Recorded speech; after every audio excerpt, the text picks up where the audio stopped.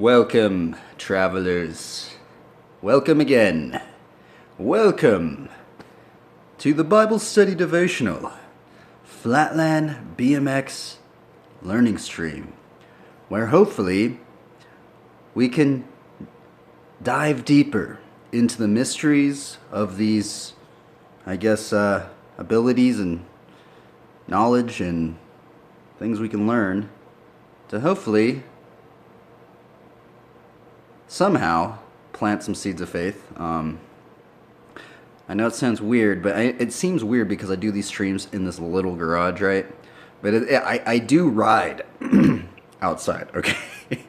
Probably doesn't seem like I ride it's outside, but I ride outside from this garage, okay?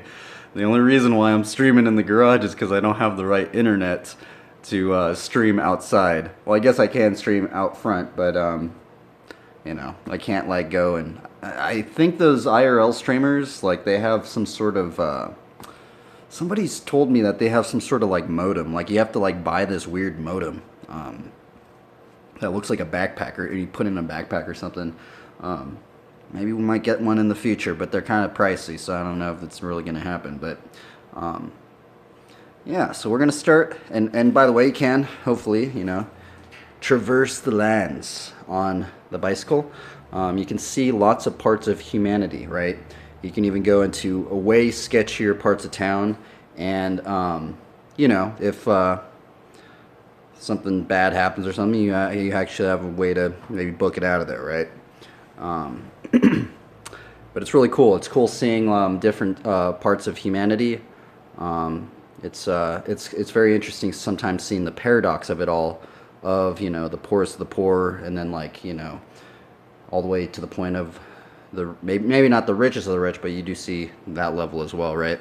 Sometimes, and it's interesting because you get to just be somewhat in the middle. You're just somewhere in the middle or something, and you're like, what in the world? This is so strange, And I will say, there is this very, very, I don't know, I guess I uncovered it when I was living out in my car in Long Beach, right? I lived out in my car in Long Beach for 3 years. It was actually when my faith really, really started to grow. But what was really, there was just so many mysterious believers out in Long Beach. But there's this hidden section of Christianity that it seems like the churches, all the sermons that I've listened to, maybe not all the sermons, there's probably been a couple about, helping the poor and stuff with their alms. And there's even that one, parable or something, right, where it's something like, the least of these you help, or I think the Lord Jesus, the Lord of Lords, the King of Kings, the Lord Jesus Christ, he says something along the lines of I was naked, you clothed me. I was in prison, you visited me. You gave me food when I was in need. And then at the end of the verse, it says, "For the least of you, I'm really butchering it. Sorry, this is off the top of my head. I don't really know the exact words, but I'm trying to rephrase it, okay? And at the end of it, it says, with the least of you did to these, you did unto me," or something like that. And when I reread that verse in Long Beach while I was living in my car, bro, it was gnarly, dude. There's this hidden, it's not even hidden, it's actually flat out open. There's a full-on homeless section of Christianity that it's weird. It's it's so paradoxical sometimes, right? Because you go into the church and you sit on the pews, and it's really awesome, right? You hear the message, and sometimes they have some really amazing artwork and stuff like that, and just seeing that sort of devotion, right? But then it's kind of strange because right outside, even maybe a couple streets over, sometime, well, in Long Beach anyway, a couple streets over, you'll just see some homeless people, and some of them just rock Jesus hard, and some of them, and here's the other weird thing, right? Because when I was living in my car, right, it was I didn't plan, well, I kind of planned, because I was kind of getting used to I was gonna maybe car camp for 3 weeks, right?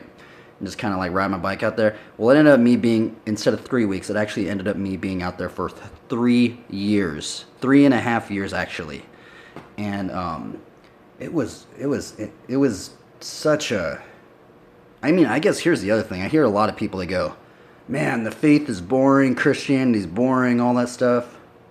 I mean, now take this with a grain of salt, right? But I mean, what enlivened my faith? Because my faith was not really actually. I was kind of like tiptoeing in it, right? But then when I took that excursion for 3.5 years out there, bro, dude, the faith was like gnarly out there. It really helped me actually, and it really showed me a lot. It actually showed me a lot of the chaff that the wind blows away, and then the actual stuff that actually stays and what starts helping people. But I don't know. Maybe if you're completely bored out of your mind of your faith or something like that. Now take this. Don't take this with a huge, giant grain of salt, okay? But maybe, maybe you have to just go out there and do an excursion. Go out and live in your car. And you could go to Long Beach. I will say, you can go to Long Beach. There's literally people I met. Like, literally, I met believers that literally lived without money. It was just, and you go, how are these people living without money, right? And it's just, the weirdest part is there's just so much trash everywhere. I know this sounds ridiculous, right? But literally, I need to put my phone down. It's like, here's the weird thing, right? A lot of people go, oh, why are there so many homeless people everywhere, right? It's strange because if you start going deeper into the homeless realm, right? You start noticing, well, on the outside, a lot of people go, oh, well, they're all drug addicts, all this stuff, which unfortunately, a lot of people do have problems with addictions, and they do have problems with drugs and stuff, and that's the other scary side, or mental illnesses and stuff like that. And that's the other scary side about the homeless, like even like the Christian homeless realm, right? It's scary sometimes, but it's also just mysterious, right? Because when you read the scriptures, right, there's many instances talking about like, the poor and just like the lowest of the low, and even Jesus, we're supposed to go out and help the lowest of the low, and if we're helping them, then we're helping him. And it's just such a mysterious realm, right? And what's so weird about it, right, is that sometimes like you got to be to even like, I don't know, because there's like different aspects of getting into the homeless Christian realm, right? There is the aspect of the church, right? I see a lot of churches. I even help, there's a lot of churches, and they'll generally have like a bag or something like this, right? And they'll like put like some snacks, some soap, maybe some clean socks and stuff like that. And it's like a help bag, right? You can go and help them out that way, right? But that's the other thing, right? But then it's like there's the aspect of people kind of don't want to get too close to them, right? Like you kind of just want to help them out and kind of just, But then there's the aspect of being and knowing and actually talking to these people, not just for one day, but for, you get deeper and deeper, and you really start to get into the minds of some of these people, right? And it's very, very, very interesting, man. And it's like the most mysterious believers I met were the homeless believers, right? Because some of them were just, they had this sense of confidence of like, I mean, here's the thing, right? And why I say this is because when I went out there, right, I was actually I was literally mad at God. I was like, God, why are you putting me through this? This is the complete opposite of what I was even, maybe not the complete opposite, because I wasn't where I wanted to be, right? And I was mad, right? And unfortunately, I was mad. I'm not going to lie about that. That's, I guess, a confession. I was mad at God when all this stuff happened, right? But here's the weird thing, right? Is that it's almost like God made me go through this stuff, because I think if I'd never went through this kind of stuff, I probably wouldn't be as where I am in the faith at the moment, right? I probably wouldn't even, I might even not even, I might have gotten totally led astray to where I didn't even need, like I wouldn't even have, gotten into the Bible as much as I did, right? And it was just strange because like as this stuff was unfolding, right? And I was like living in my car, and I'd just be like pissed off and all this stuff. I'd literally peer outside And there was actually every Tuesday there would be this guy, and I'm pretty sure he still does it because I think he's been doing it for like 13 years or something like that. But if you're ever hungry, I don't know if they still do it, but Cherry Park, there's this. He's actually a bodybuilder, which is actually the most intriguing thing about it. But he goes and you can get some food at Cherry Park, right, on Tuesday, right. There's also this church I worked at, COA. It's in downtown Long Beach, and you can get a fresh, warm breakfast. Maybe not warm all the time because sometimes it is cereal and stuff. But you can get a meal, I'm pretty sure, every single day of the week. And then I think every other day you can get a dinner. And for free. You literally do not have to pay anything. You can just go there and...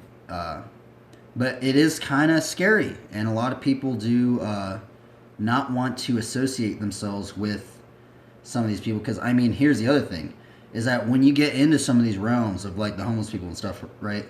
It's like you're going to see some gnarly things, man. You're going to see, like, gnarly, like, people just on meth, people on, like, you know, just alcohol addicts, you know, people so methed out that it's just like they're just screaming and they're just they don't even know how to handle themselves, and it almost literally looks like a demonic attack on somebody.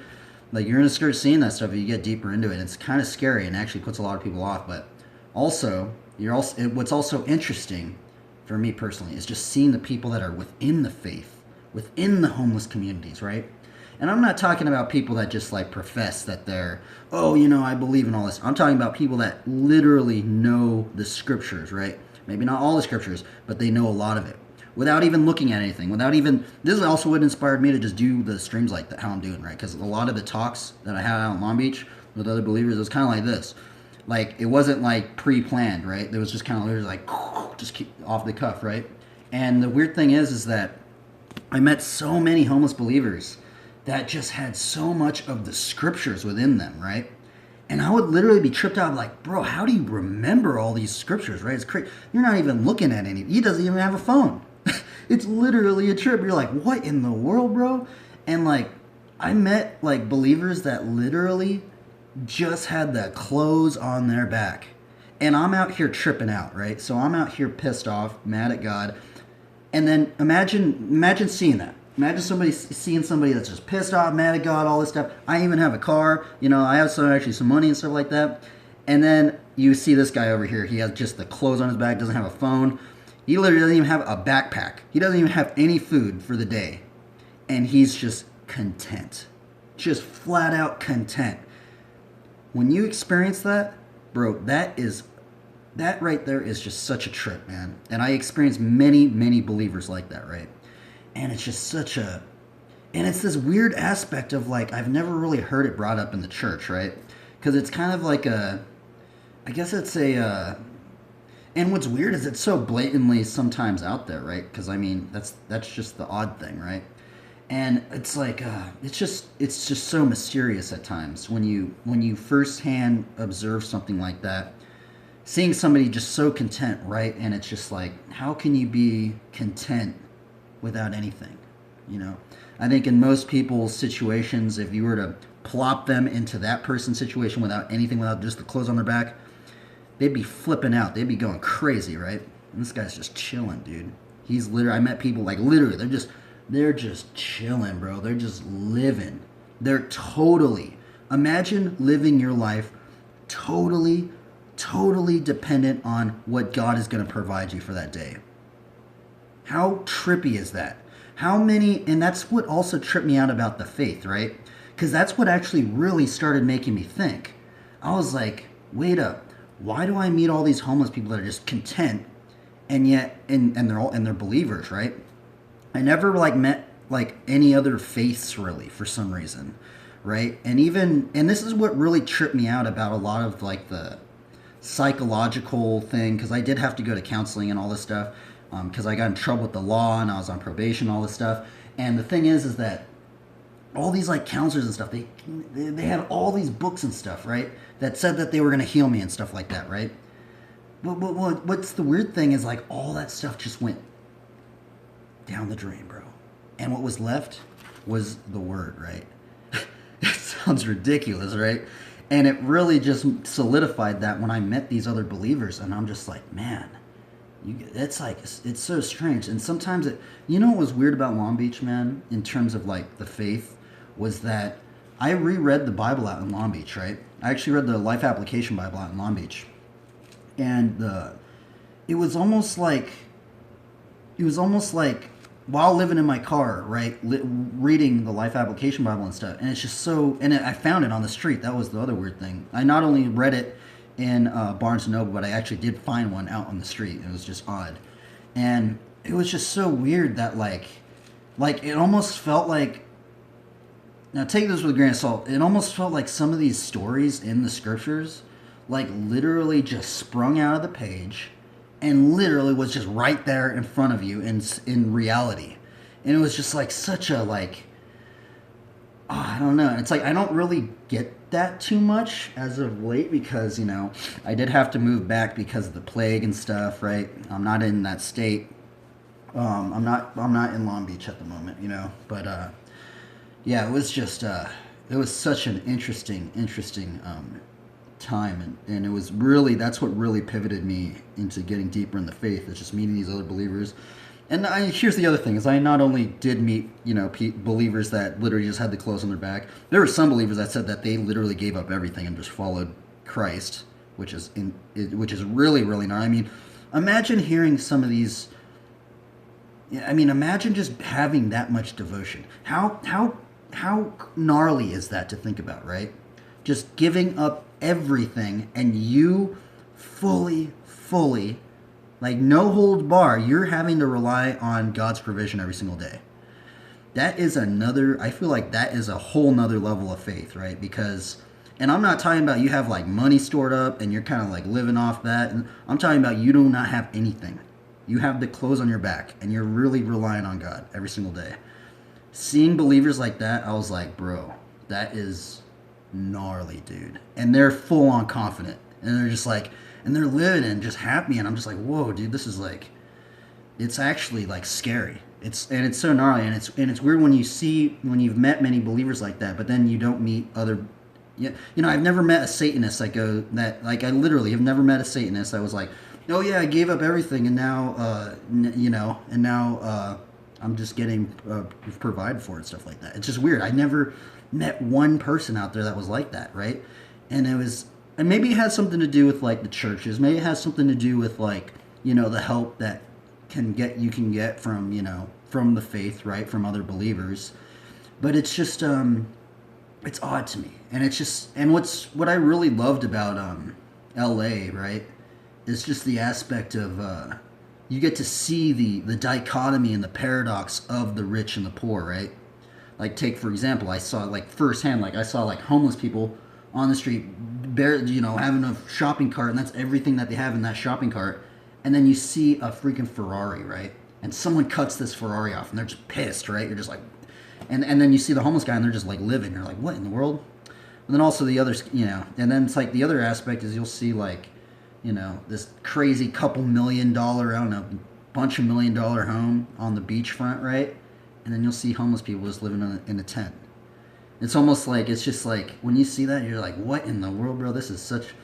And here's the weird thing, right? Here's the... Let's go back. I guess I'll just do a recap of that. It's a proverb, right? Which is very interesting. I know the reason why I'll bring it back up is just because it's a very, very interesting proverb. Where is it? It's the rich and the poor meet together. The Lord is the maker of them all. I know the proverb. I just don't know exactly which one it is. Okay, here we go. Proverbs 22, verse 2. The rich and the poor meet together. The Lord is the maker of them all, right? Isn't that a trip, right? It's just such an odd occurrence to think about that, right? Yeah, money is just a strange thing, man. See, when I think about this, the rich and the poor meet together, the Lord is the maker of them all. I hear a lot of negativity, right, surrounding pastors that have a lot of money, right? I'm not going to name any, but you know, you can, if you Google it, you probably see tons of names come up, right? And here's the weird thing, right? And I hear a lot of negativity upon all that, right? And it's just kind of odd, right? It's odd thinking about that aspect and then thinking about, you know, this verse, the rich and the poor meet together. The Lord is the maker of them all. You know, in some cases, I like to sometimes think that maybe the Lord is the one that allotted them to make that much money to begin with, almost to see what they are going to do with it, right? Like ultimately, because you know you'll hear this in when you get deeper into the faith, right? And you hear many other denominations say this. I don't think I've heard not one denomination not say this, but you know, it's like, you know, you'll get into it, and a lot of pastors they say we are to glorify God in all that we do, right? We are to glorify God in all that we do, and that God basically owns everything, right? He basically owns everything, right? And he's almost loaning us these things to see how we are going to glorify him and what he has given us, right? And that's a strange thing, right? That's a strange thing to think about, right? And it's honestly one of the reasons why I got into some of the things that I've gotten into, to try and seek first the kingdom of God in some way, right? But then now if we think about, now I'm wondering, do you think that that's the same with like money? Does God own all the money? Does he give us these things to see how we are to glorify him? Now, some denominations say that, you know, because if everything is of God's, then, you know, that you're going to have to do your own studying on that. I really don't know, right? But let's take that with this verse, right? The rich and the poor meet together. The Lord is the maker of them all, right? I mean, maybe that could be, you know, that's just a strange thing to think about, I think. And it's even strange to think about that and then denominationally, right? Or even not even denominationally, just even in the aspect of the church, right? Because I've observed some churches, and you know they'll start losing attendance, right? And what I've actually seen them, some pastors will start like actually almost like transitioning into what they're talking about, right? They'll like start talking about other stuff, like we need some help, like we're losing members, all this stuff like that. I mean, it's actually not funny because that stuff's actually going on. It's actually probably going on right now with some churches, right? This is how some churches go under, right? Is because they don't have enough funds to keep going, right? I think this is actually one of the big reasons why church isn't, you know, 6 days a week, right? Because that's the weird thing, right? And I think that's the other strange thing for me personally, is because I don't know. There's so many weird sermons that maybe not weird sermons. These are actually sermons that a lot of people have listened to, but you know, there's been some sermons that I heard saying something with the Sabbath and stuff like that, and we're to rest, and ultimately what ends up happening is, you know, because of our modern society, we have to, I mean, some people even said this out, we're not even supposed to leave our house or something like that, or not even, some people even say we're not even supposed to cook food on the Sabbath. Now a lot of that stuff, I did look into it, and a lot of these people that talk about it, they say that's from the Old Testament and stuff, right? So take that with a huge grain of salt. I really don't know. Then I hear some pastors and they go, well, the Sabbath can be any day because in our modern society, sometimes you have to work on Saturday and Sunday. So you just have to make your own day, right? And some people say, you know, that's what some pastors say, right? And then, you know, I've heard this one pastor, and he goes, you know, we were supposed to literally rest on the Sabbath. And literally, we weren't supposed to leave our house, because if we leave our house and go do things, we make other people work on the Sabbath, right? So it's like, that's an odd thing to do, right? And then, you know, I've heard some pastors, they go, well, you know, the other thing is that if we are called unto good works and stuff like that, and we're to try and proclaim the gospel and stuff like that, it should be like 6 days of the week, and we should be having a rest day, right? If we are working for the Lord, right? So it's like, but then we think about it in terms of like an economic standpoint, right? And sometimes I wonder if, now I don't know if this is the case, right? But sometimes I wonder if maybe this is the reason why church isn't open like 6 days of the week, right? Or actually every single day of the week, maybe, right? And maybe besides the Sabbath, right? So 6 days of the week. So, you know, because they don't have the funds to just keep a building up and running that long, right? You know, it's like, it's kind of like, it's, you know, so that's another strange aspect of that. Except for the one in Long Beach. Now, see, that's the other weird thing, right? COA, the one I used to work at, down in downtown Long Beach, that place was open like 7 days of the week. I was like, what in the world, bro? Like, or actually, no, maybe it wasn't open maybe it was open 6 days a week. I think it might have been 6 days. I can't remember if it was 7 or 6. I can't remember now. But now that's a and what's strange about that church, man, is it's all like donation oriented. Like it's just all like, it's just it's such a weird, it's such a strange, mysterious little church too. You go in there and it's like this old like 70s like looking church, right? And they have like a downstairs thing, and they have a kitchen. They have like this thing, like they have like this little panel thing, and you open it up, and you can like put your donations in, and it'll slide all the way down into the basement, right? And you're like, what in the world, bro? It reminded me of the movie They Live. One of my Christian friends actually got me into that movie They Live, right? And I guess I shouldn't even spoil. Well, I guess nobody really even watches these streams. They don't really listen to it that much. But anyway, there's like some heavy Christian undertones in that movie They Live, right?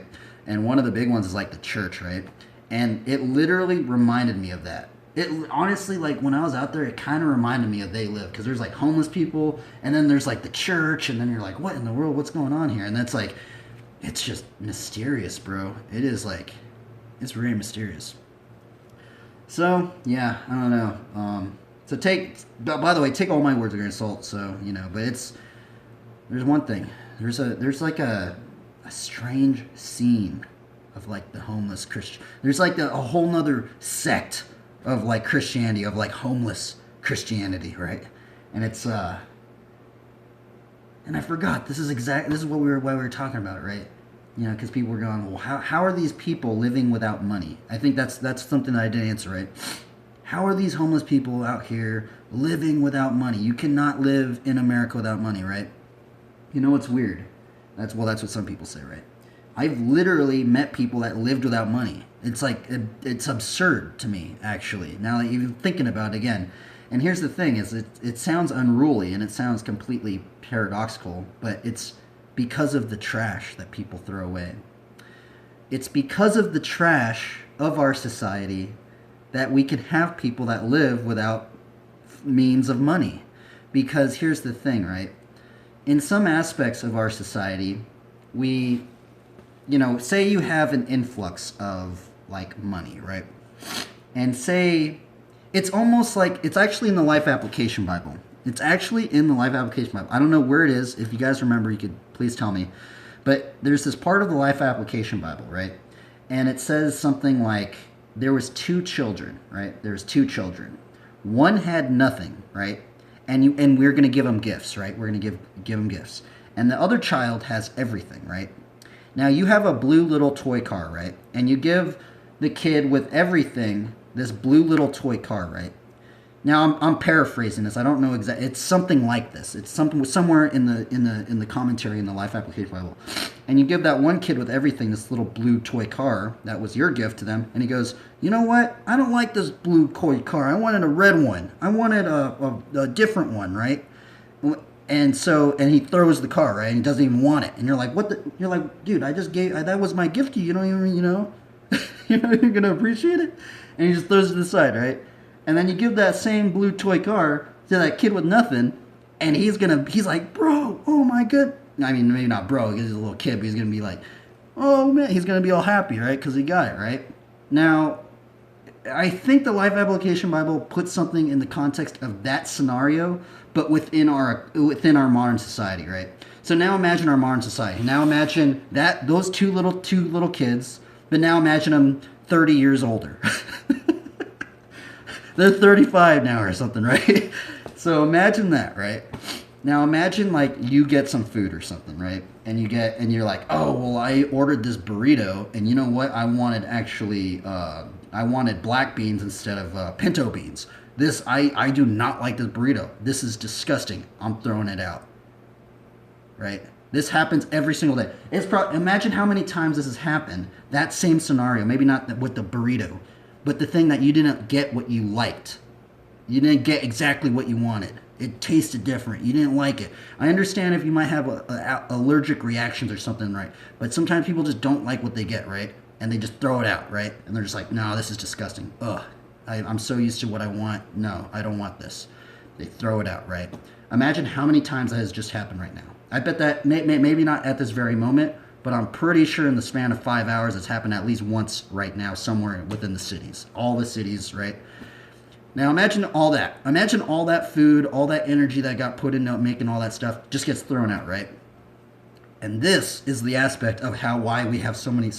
What I've observed why we have so many homeless people is that there's so much trash and stuff that we can literally have people that don't even need money living, and it's just isn't that crazy? Like, it's just such a trip. It's like, it's what's weird about when I got deeper into like the homeless scene of like Long Beach, right? Is that like it was hilarious, dude. I mean, I met the other thing is I met this one homeless like Marine, right? And he kind of took me under his wing. Actually, that's the other weird thing. He actually kind of showed me the ropes. And he's a really smart dude. That was the other weird. I mean, he was a Marine, but I'm pretty sure the military kind of, I don't know, kind of maybe messed him up or something. He was all like, I don't know. He just like living outside or something. I don't know. It was weird, but the weird thing is that like he would always be wearing something like every other day, like every 2 days he would like change his clothes, like he'd be wearing something different, and he'd be like, "What in the world?" Because like I literally don't even know people with that much attire to wear. And the other thing is that people throw away so much clothes and stuff that it's like you can just change out your clothes, and it'd just be so weird to see that, right? It's just so it's so bizarre to observe people that literally just have a backpack and that's all the room that they have to keep things, right? It's strange to observe people and they go, what are you going to keep and what are you going to just throw out, right? If you just had a backpack right now, everything that you needed to survive, maybe depending on where you're at, because say if you are in the wilderness, you're probably going to need more than that. Unless you're some extreme bushcraft knowledge dude, right? But in the city, like in a deep, deep city, big city, you can kind of just survive off. Yeah, I mean, I've seen people survive just on the clothes on their back, right? And it's gnarly, man. It's so weird. I like just got into one verse, right? It's just so deep, right? Just like that. It's just so weird to think about. Let's actually read that one verse. Let's read that one verse of. That's the one that I was trying. Oh yeah, here's the other thing. There's this weird believer, and he told me that this is the okay. So this actually goes into the other verse. Actually, I'm going to talk about. So it's Hebrews 13:2. So you have your Bible. You can go to Hebrews 13:2. Let me see if this is still working. Okay, it's been 32 minutes. Actually, I need to see if my stream. I keep forgetting. I need to check on the stream. I don't even know if the audio is working. Okay, let's see here. Let me just check on this. Sorry. And then we're going to go to Hebrews 13:2. Remember that. I'm going to remember Hebrews 13:2. Something about angels. It's like something. Be not forgetful to entertain strangers, for thereby some have entertained angels unawares. Pretty sure that's the what that one says, but I might be wrong.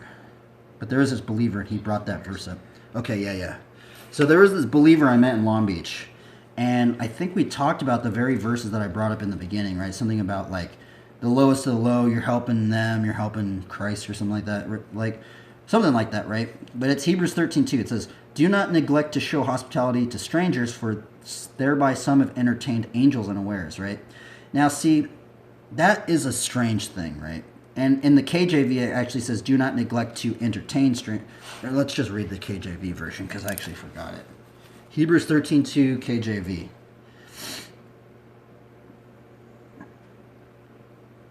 Hebrews 13:2 KJV. What does this one say? Oh yeah, it does say that. Be not forgetful to.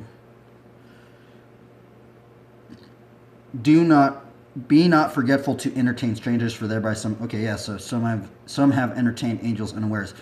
Kind of strange. I actually remembered the KJV. See, now this is actually the weird thing, because now I've remembered the KJV version. I didn't even remember the ESV version. So there was this one believer I met in Long Beach, and he said something along the lines of this verse, right?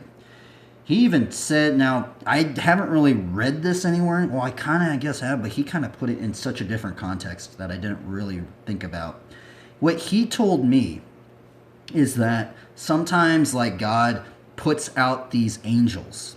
Imagine God's angels. He puts them out and he makes them go out as the lowest of the low. So they're like homeless people, right?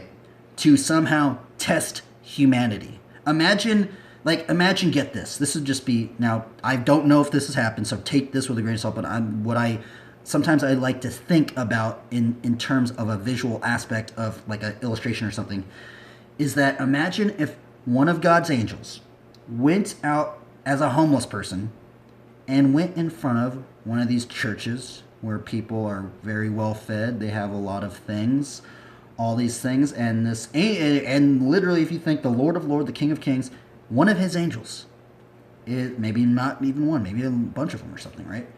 Out there, asking for some help, and everybody turns him down, right? It'd be very interesting, right? What would that angel go and say to the Lord? what would they say, right? What would the Lord think of that, right? That'd be so weird, huh? I mean, I laugh at that to illustrate, but it's actually not that funny because this is actually might be actually happening, right? But yeah, that was so. There's one believer. He's saying he basically told me that exact same thing. That sometimes the Lord puts out these angels. We don't know that they're angels, just like this verse says, right? And it's just very strange to think about, right? Be not forgetful to entertain strangers, for thereby some have entertained angels unawares. Now, a lot of the other verses say hospitality, right? Because I guess the Hebrew word for hospitality and entertain, it's kind of a mixture of those two words. If you look at we did a Bible study later on, and it was a mixture of those two words, right? Of entertain and hospitality. And it's kind of interesting that it's like a mixture of those two words. And it's very odd. I think about that now, huh? Anyway, let's read that one. What's that one thing of like what you did to the least of these you did to me? What you did to the least of these. Is it Matthew 25? Matthew 25. Matthew 25, 40 through 45? Let's go into Matthew 25. I think it's Matthew 25. I just Googled it, so hopefully it's right. Let's see here. Matthew 25. Where is it?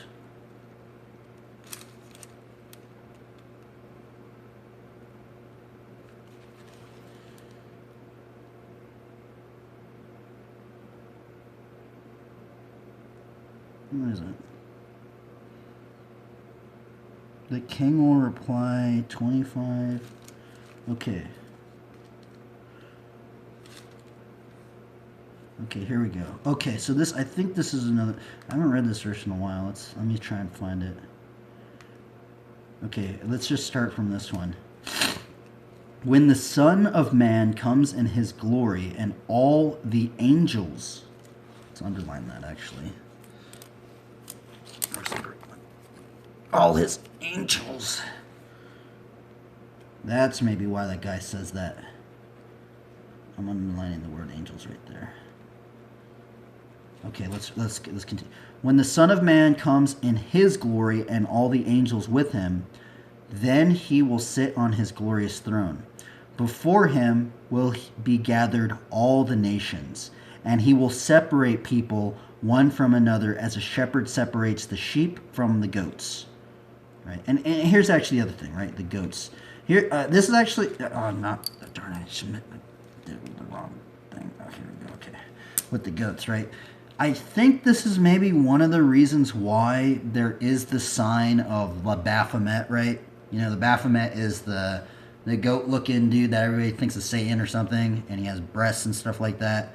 And I'm wondering if this has any sort of lore on that symbol. Because, let's just read it again. Before him will be gathered all the nations. He will separate people one from another as a shepherd separates the sheep from the goats, right? And we are to be as like sheep, right? And he will place the sheep on his right, but the goats on the left. Then the king will say to those on his right, "Come, you are blessed by my Father, inherit the kingdom prepared for you from the foundation of the world. For I was hungry, and you gave me food. I was thirsty, and you gave me drink. I was a stranger, and you welcomed me. I was naked, and you clothed me. I was sick, and you visited me. I was in prison, and you came to me." Then the righteous will answer him, saying, "Lord, when did we see you hungry and feed you, or thirsty and give you drink? And when did we see you a stranger and welcome you, or naked and clothe you? And when did we see you sick or in prison and visit you? And the king will answer them, truly I say to you, as you did it to one of the least of these, my brothers, you did it to me. Then he will say to those on his left, depart from me, you cursed, into the eternal fire prepared for the devil and his angels. For I was hungry, and you gave me no food. I was thirsty, and you gave me no drink. I was a stranger, and you did not welcome me. Naked, and you did not clothe me. And sick, and in prison, and you did not visit me. Then they also will answer, saying, Lord, when did we see you hungry or thirsty, or a stranger, or naked, or sick, or in prison, and not minister to you? Oh, and not minister to you. That's very strange. It's a strange word. I'm going to underline that. Minister to you. Then he will answer them, saying, truly I say to you, as you did not do it to one of the least of these, you did not do it to me. And these will go away into eternal punishment, but the righteous into eternal life.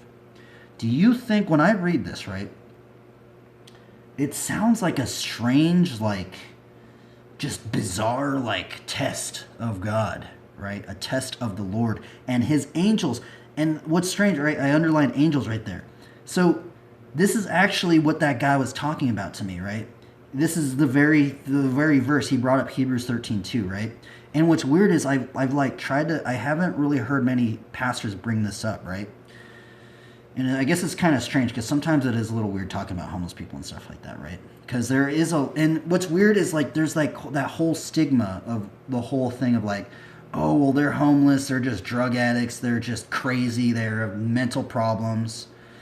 And that's the weird thing about it all, right? That's just the strange thing about it all, right?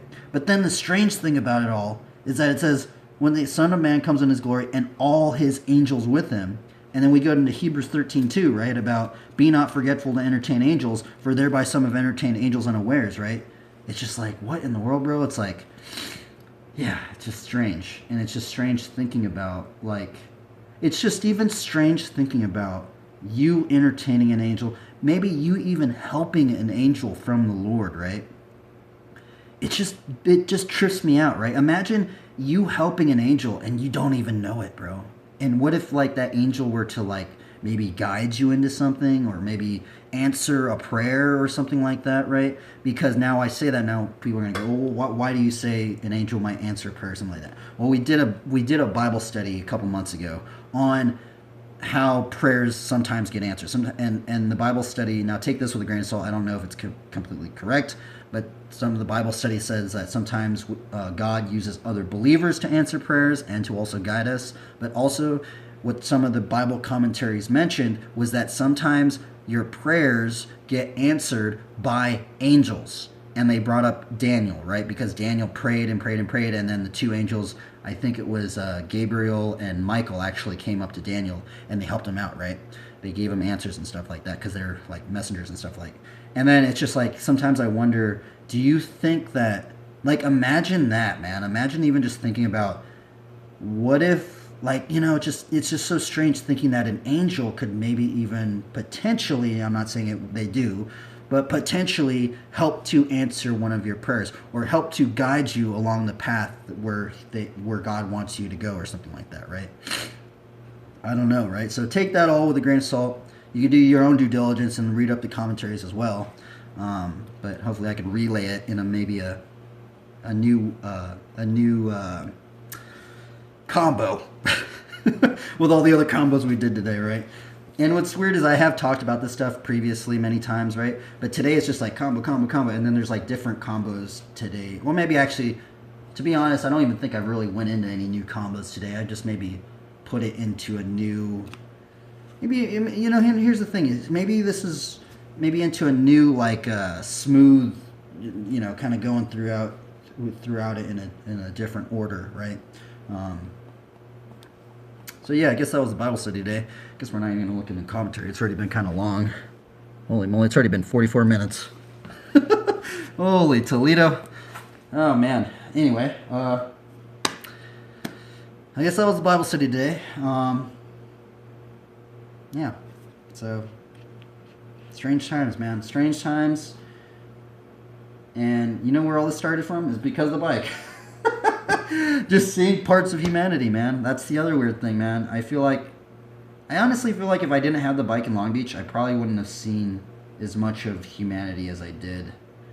And not even in Long Beach, in other areas, but I guess sometimes you live in rural areas, so it's kind of hard to really get a scope of parts of humanity. But yeah, the bike can offer you a way to traverse the lands a little bit more so. Yeah. Anyway, cheers, everybody. We're going to chug this coffee, and we're going to do a card draw, and we're going to get into bike riding.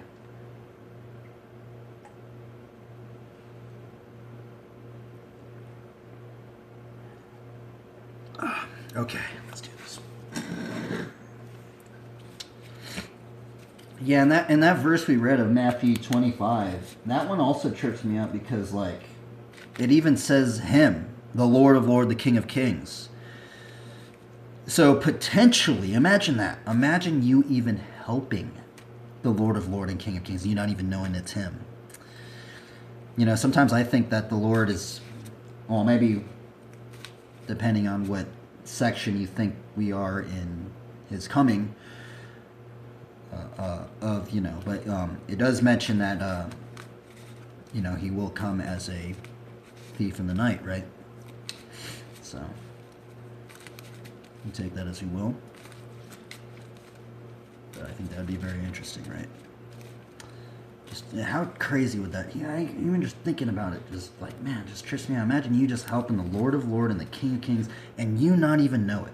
What if you even didn't want to help him out? What if you even just passed by him, or you just scoffed at him, and you were even a believer? How crazy! Imagine seeing. I mean, I don't know if that would actually happen, right? But imagine just even like scoffing or something, or just turning down the Lord of Lords and King of Kings, while you were a believer or something, and you just like didn't even recognize that it was him or something like that, right? Like, how trippy would that be, just to think about, right? Man, it's just so, it's bizarre. Bizarre.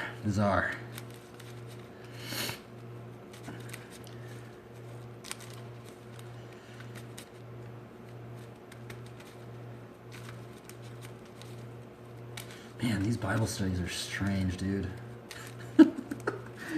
Oh my goodness, bros. These Bible studies, bro, they're just like so weird. And sometimes I feel like I mean, I don't feel like I used to feel it a lot when I started doing them. I'm like, should I be doing these? These feel really cringy to do. Like, these feel just so awkward. And they still do feel awkward, right? But now at this point, I'm just like, I don't know, man. I'm just going for it, I guess. I don't know. It's just strange. It's actually weird. Was I even going into the verse? Dude, I didn't even go into the verse. Like, that's the other weird thing today. Because lately I've been, like, trying to pick the verse before I go into it, right? Today I literally just started off just talking about the bike. And then it somehow ended up becoming a totally different thing than the verse I even picked out. Because, like, we were going to do Isaiah 40:31 about something about, like, we shall mount up on wings like eagles and stuff like that. Because I think some people, like, kind of question. They're like, well, why do you always draw these characters with wings or something like that, right? And I like to think it's because Isaiah 40:31, right? Because it says you shall mount up on wings like eagles, right? And that's not an angel, right? So that's the other weird thing. So okay, I'm gonna just keep shuffling these things up. I want a good shuffle today. Okay, I think this will be good.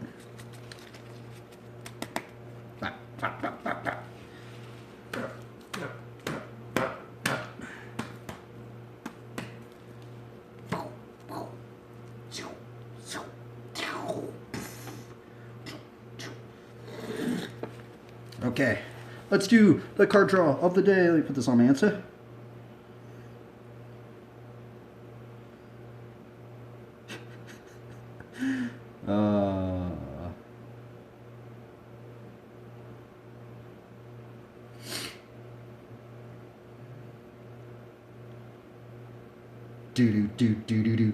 Do. Greetings, travelers. Welcome to the card draw of the day. Oh, this one's stuck. Okay, here we go. What is this card going to be? Do do do do do do do do. Oh, interesting. Tranquil Garden. Man, I like that card. That card looks gnarly. Dude, imagine living in that little area. It looks crazy, huh? Tranquil Garden.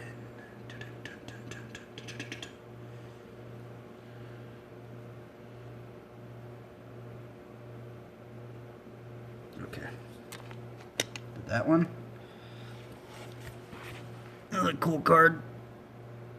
Tranquil Garden. Okay. Second. Twilight Drover. Third. Ooh, we haven't drawn this card in a long time. Rafik of the Many. Man, that card's gnarly, huh? Look at that one. Bro, the art on that one is just crazy. I like the line in the background. Rafik of the Many. I like this. I like the flavor text on it too. Many sigils, one purpose. Number 4. We got Master Transmuter. I like the flavor text on Master Transmuter too. It says, wasted potential surrounds us. Lend me that bauble and let me see what it can be made to be. 5. Ooh, we haven't drawn that. Dude, we're drawing some cards that... Well, I have drawn Master Transmuter and Twilight Drover. But these two cards, Rafik and this card, we haven't drawn a very, very, very long time. Look at this card. Sylvian Hierophant. That's just a beautiful artwork card. I love that one.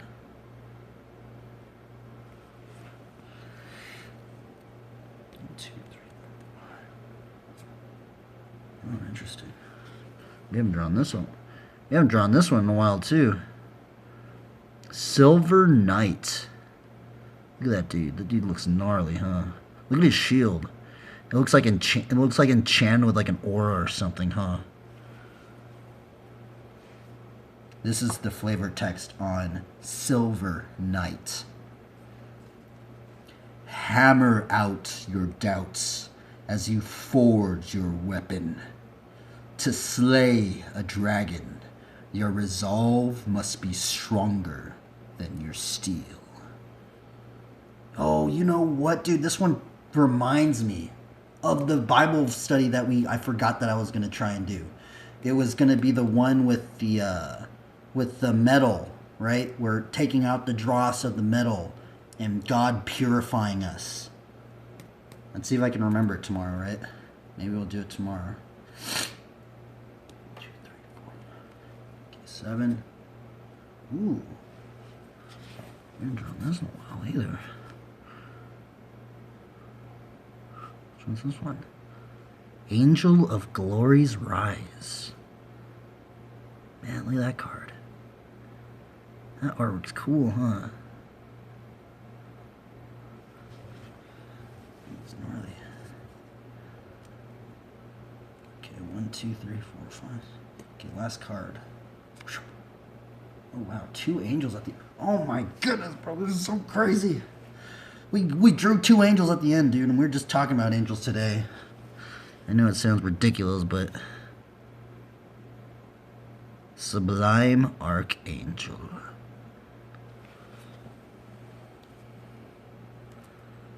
Okay, let me order these up and we'll put it out on the stream.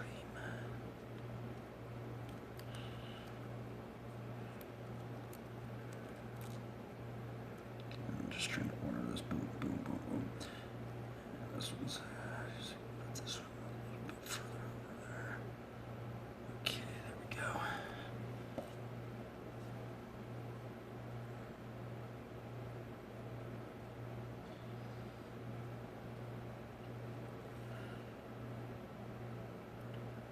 Okie dokie, let's see. This is the hand for today. First card, Tranquil Garden, Twilight Drover, Rafik of the Many, Master Transmuter, Sylvan Hierophant, Silver Knight, Angel of Glory's Rise, and the last card of the day, Sublime Archangel. Which actually, I think there's a combo with Sublime Archangel and then Rafik, which is actually a really gnarly combo. By the way, this is Rafik. Look at that card. Look at the artwork on that one. I like the line in the background. Here's the flavor text. Many sigils, one purpose. By the way, I do play Bant. Those are the colors I rock. Farewell, travelers. Try your best and have fun.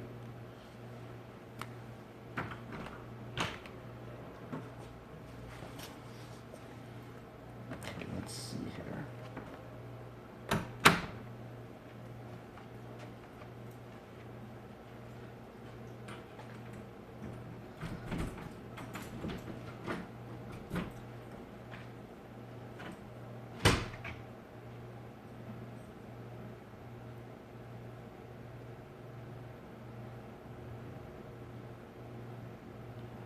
Do do do do do do do do do do do do do.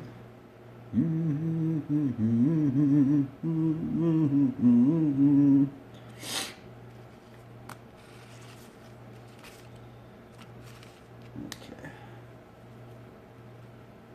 Oops.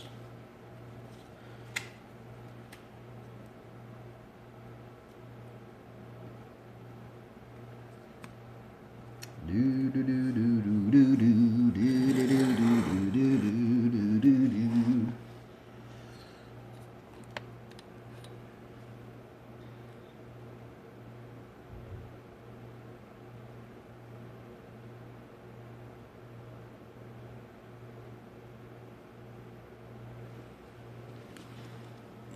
Okay, man, it's almost been an hour. These things almost take an hour now.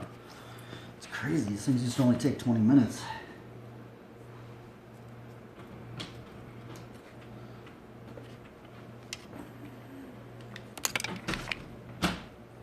Cheers, let's chug this coffee. And let's get to riding.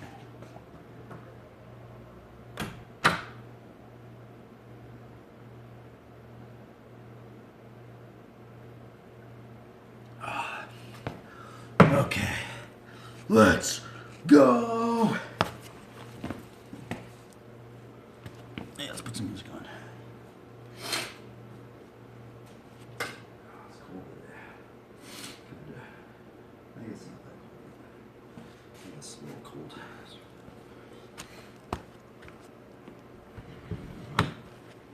What are we gonna work on today? I don't even know what I mean, I want to get the stick beat down, so I think I'm gonna try to do that long stick beat combo. We're gonna try and do the switch foot. I don't even know what it's called. Like when you ride like this and your back pegs on your back foot's on this one. I think it's just called a regular fire hydrant. So I think it's a half fire hydrant. So it's a switch foot half fire hydrant, track stand, no hander, to swivel all the way to regular foot forward, stick B, bar spin, no hander. And I just thought about a combo. You can do an Undertaker actually I saw it because there's this flatlander that did it. He does a stick B to Undertaker. And you can do an Undertaker into a gyrator. So there's actually an infinity combo you can do if you got really good at it. So we actually, you know what, we might try the infinity combo. It's really, really hard, but I've given it some attempts, but I've given up. But we're going to try it again on this today. Infinity combo. And the infinity combo we are going to try and learn is it's a regular foot gyrator. Let me see. It's a regular foot gyrator, 2 stick B, 2 Undertaker back into the gyrator. I've only seen one person do this, I think.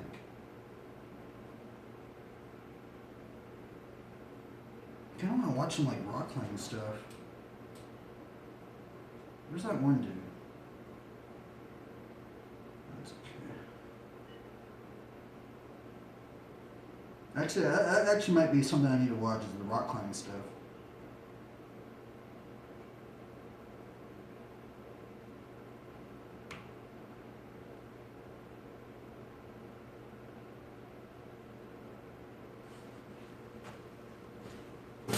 Oh, darn.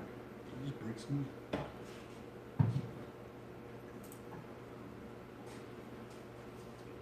See, my streams isn't working. Man, my stream's been like cutting off, so my stream just abruptly ends. It might abruptly end because like my internet hasn't been on it lately.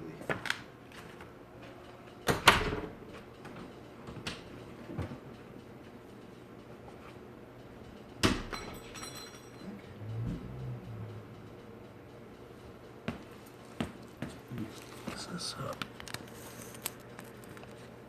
Is this straight? There we go.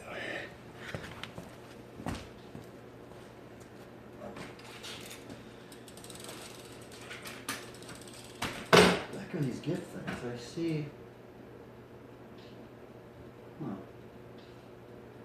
What are these things? Did somebody gift me something? What the heck? Huh. Bro, what are these gift things?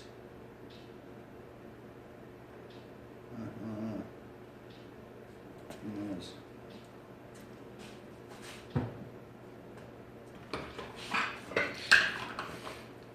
So today, if you guys know anybody that knows how to do this infinity combo, it's actually an infinity combo where you can do a stick beam into the infinity combo. I know I'm not going to be able to do it today. I know I'm probably going to give up. Wait, do my... Okay.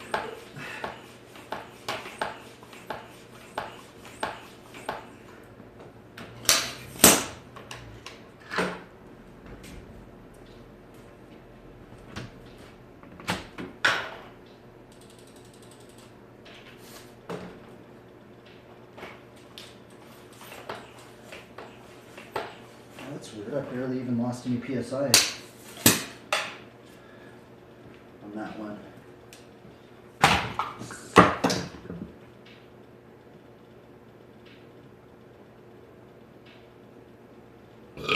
Excuse me. Okay, we're going to try the longer combo. So if you guys are out there and you guys want to practice it too, okay, so what we're doing, normally we do this regular foot, right? Normally we do it like that, right? Because there's a lot of combos with the regular foot. We're actually starting this one off with a switch foot. The reason why we're starting it off switch foot is because when we get into the track stand, and we get into the swivel,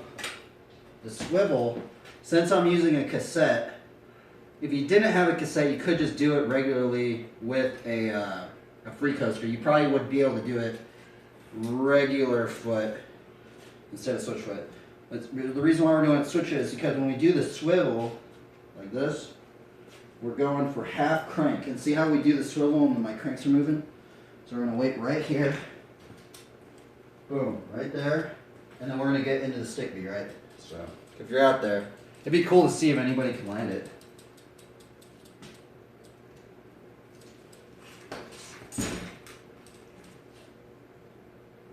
So if you can land it, send me the clip, because it'd be cool to see.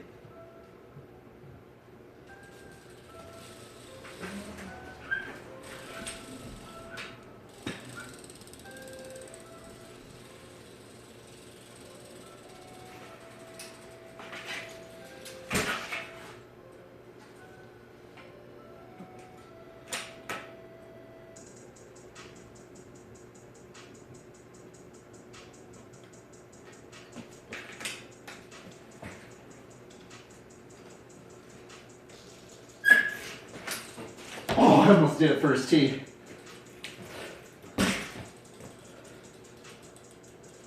Oh my goodness, bro. Almost did it first try. I was a little slow to the draw. Oh my goodness. And I know it's doable. I just gotta get it all right.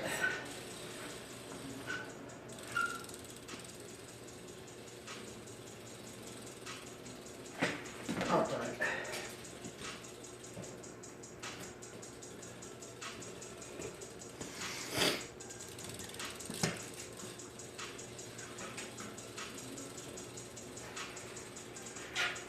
I'm doing that. Come on.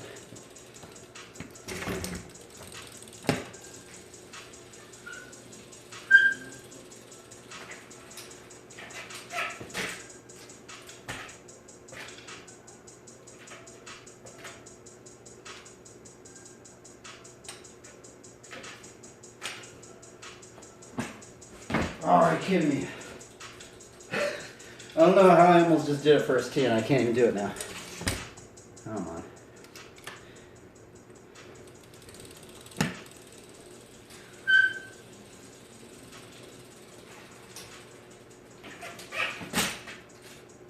Oh, I think I ran out of room.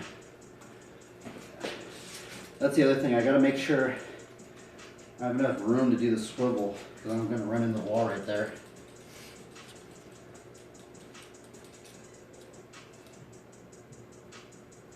I guess I'll switch it up. Just see what you do with stick bee because I really do want to get the stick bee on lock because that is the trick that those two other believers are doing. So I kind of want to just get it on lock for them, you know. They're kind of the ones that got me wanting to learn this trick actually because they both believe. Okay, I want to get this trick on lock.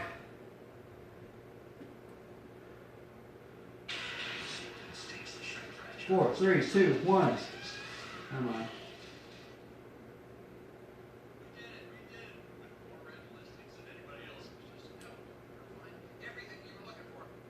Let's try the turn down version.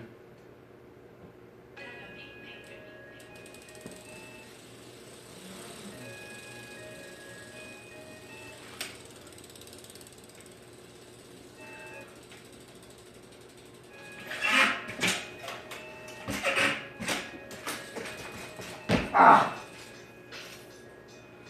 That was close.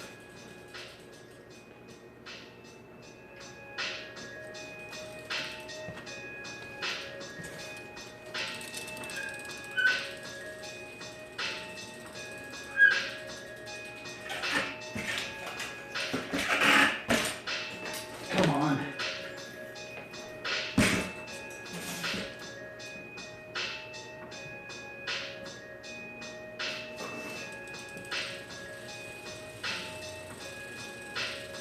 My brakes are slipping a little bit. I think it's cold.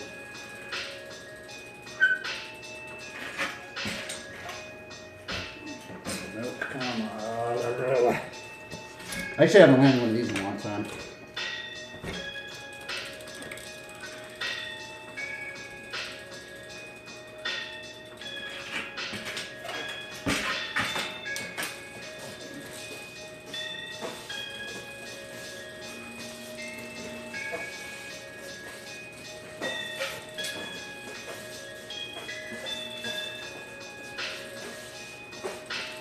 Oh, are you kidding me?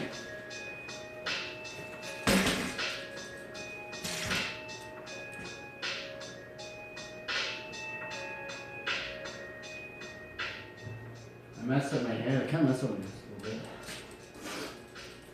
Actually, I haven't really done that one. I normally don't do the this one. I do, and then like you switch it.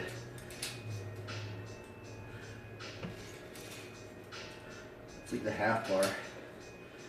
I'm gonna do the normal bar.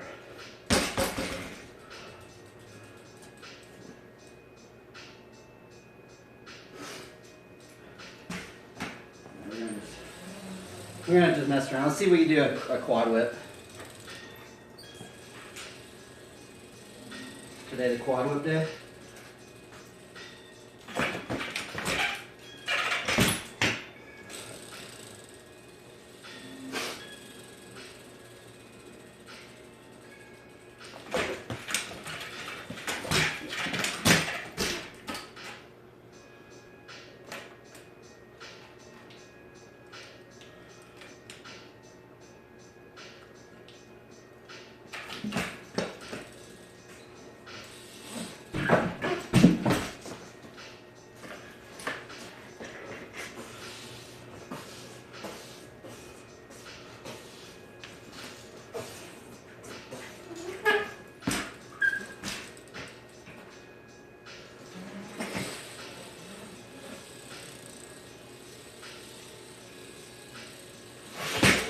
slid out.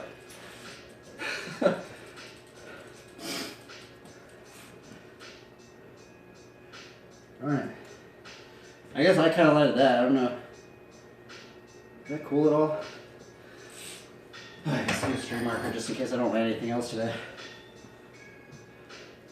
That might be the only thing I landed all day today. I need to sweep up the garage too. I like slid out. Haven't slid out from that in so long. So I need to clean the garage. Wait, how do I do the stream marker? It seems like it's just sketchy sometimes. Oh, here we go. Add stream marker. Bada boop. Okay, let me clean the garage up.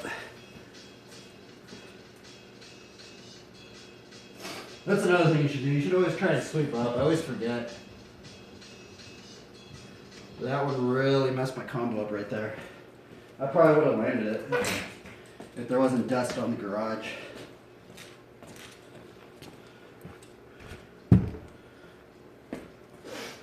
See how much dust is on here.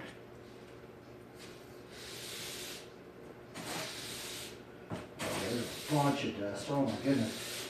I'm not even keeping track of this.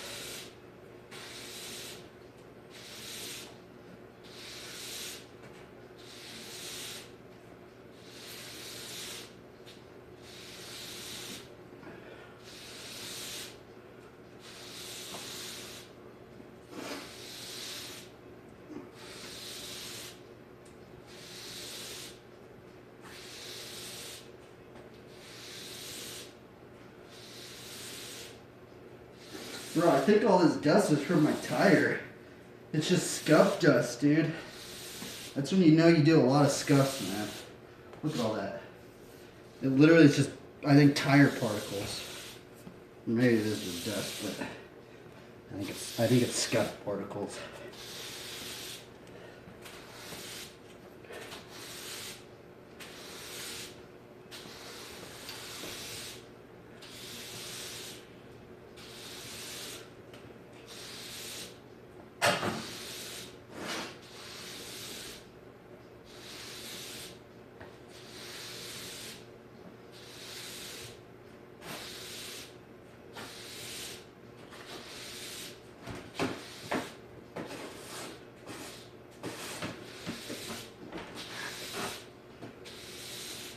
There's actually a lot of it. Holy Toledo.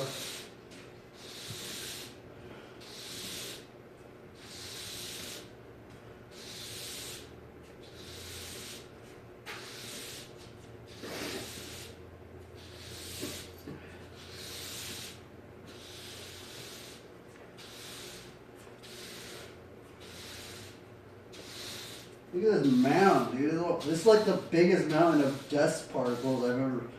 That's gnarly. Yeah, dude, I think that's all from my tire. These are scuff dust. I never thought I'd use those two words together. Scuff dust.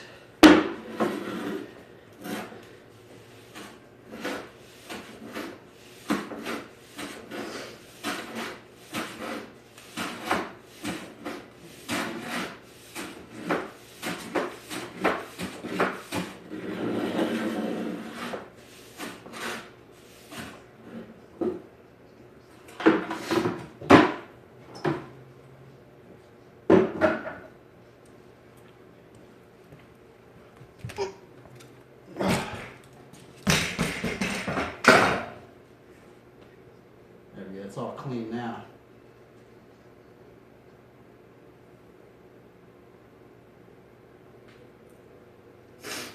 What was I gonna do? Oh yeah. We're gonna try to do a quad fire.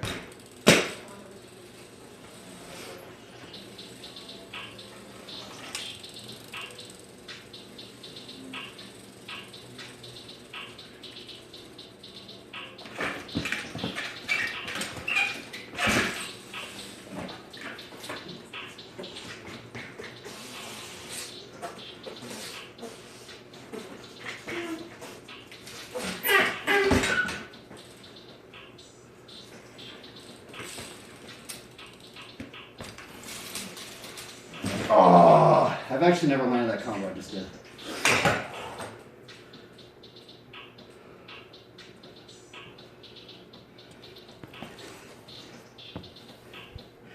It's weird, I've never done a double fire hydrant to gyrator.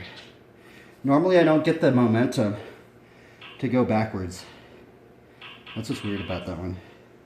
Normally, like I do the double fire hydrant and it just stops, right?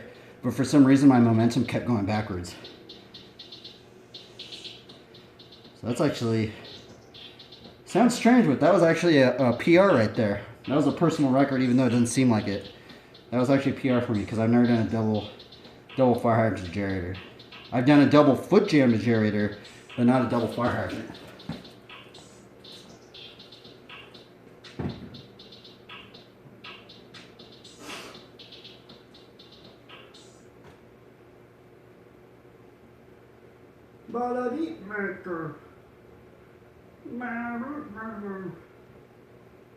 See if we can get the quad.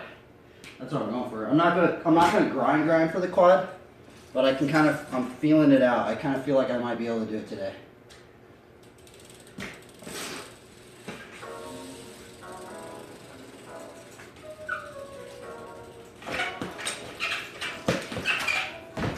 Almost 3.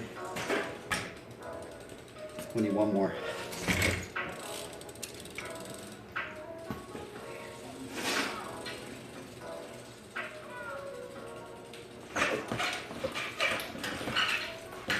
Oh, come on.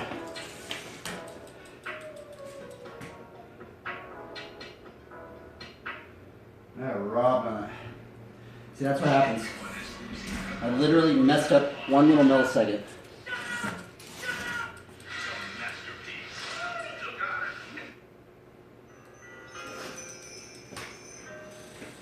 Alright, let's get the quad maybe.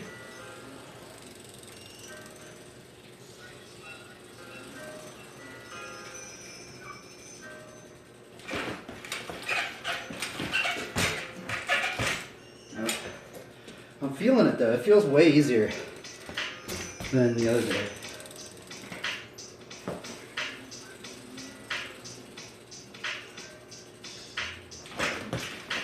Oh, never mind. Man, why is this trick so hard? Like, people do it so easy and I have such a hard time with it. Let's go back to the sticky.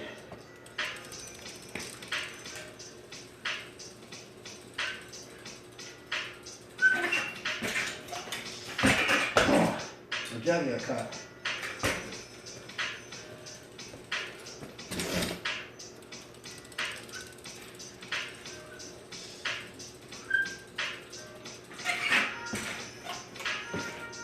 Whoa, I wonder if I could just do it like that and then just go into it.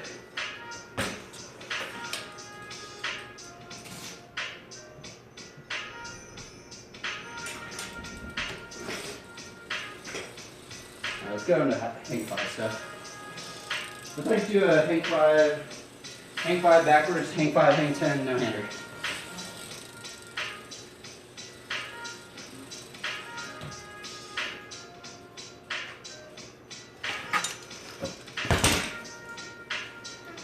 Come on.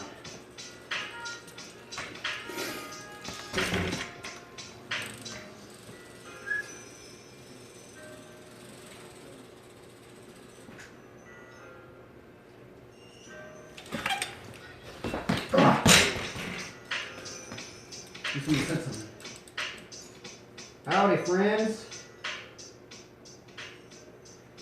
Greetings, traveler. Welcome.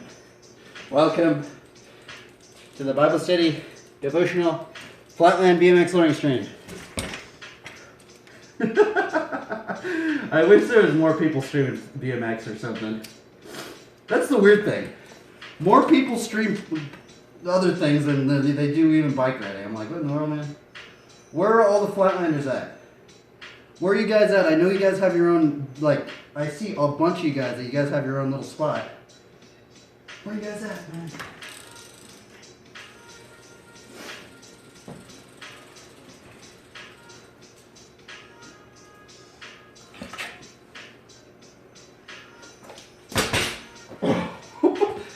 That trick's fun, even though I don't do it very good.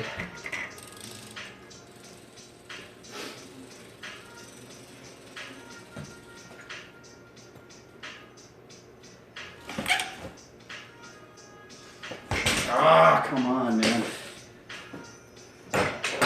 Brutal. Where are you at?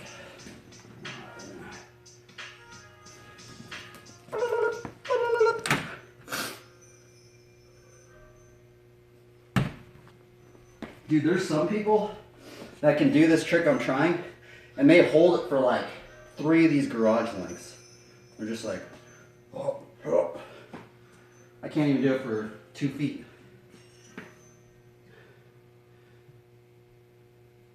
Why can't I do this trick?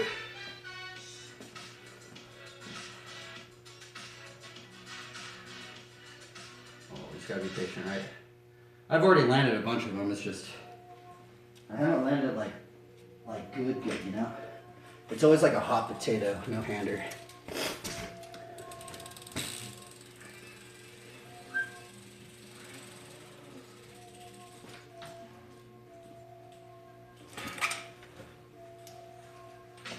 Oh my god. Someone should make a how-to on how to do this.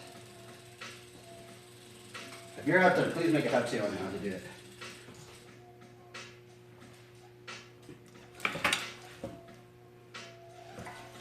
Oh, it's like, you gotta get in that like perfect little angle. Otherwise it doesn't work.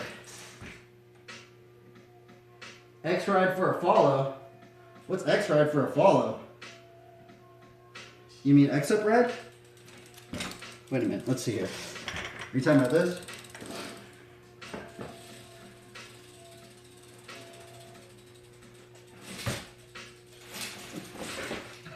Here, watch, I got an X up for you. Check this X up.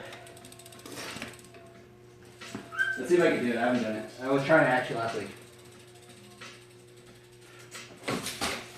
Oh, come on. So it's pickup bar, switch X up to drop down, bar spin, no hander.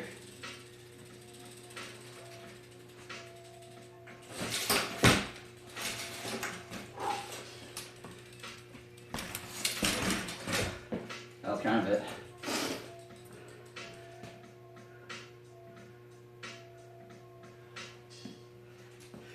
Yeah, that's kind of like, that's my X up ride combo. You know what? You actually bring up a good point. I haven't really like done too many X up rides yet. Like I haven't even like ridden like this that much.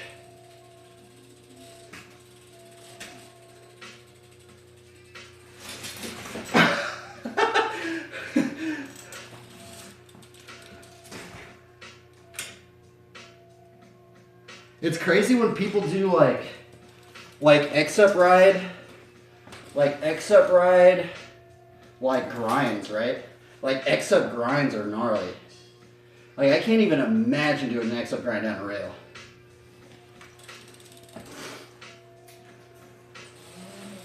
I want to do like this pickup bar to X up thing.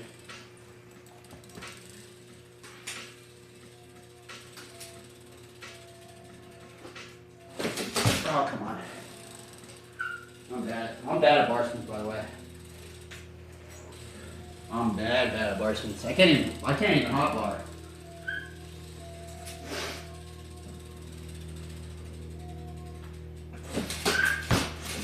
Oh, come on.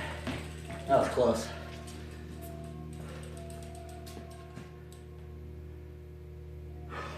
That was so close to doing it. Dude, imagine doing an X up hang 5. Can you do an X up hang 5? Is that doable? I'm pretty sure I've seen somebody do an X up hang 5.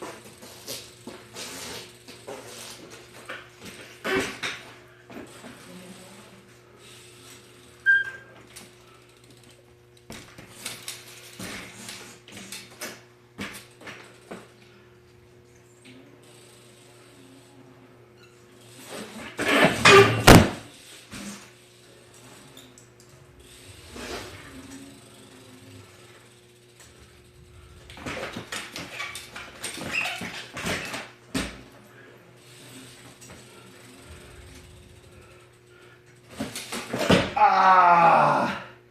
You see that line? I messed up on the pickup bar, bro. I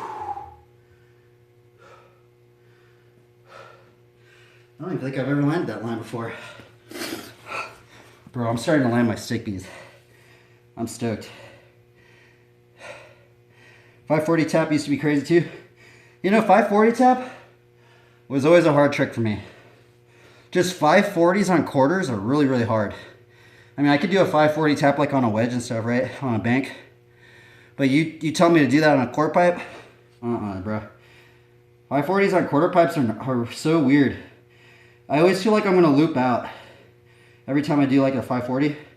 I've seen a lot of people loop out of 540s for some reason. On a quarter pipe anyway.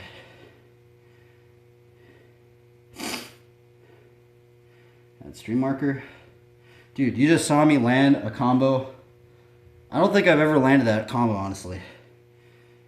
Today I'm just landing them. Pretty stoked. So my shoes like... Oh no. Bro, I need to get some new shoes. Get a load of that, dude. I have finally...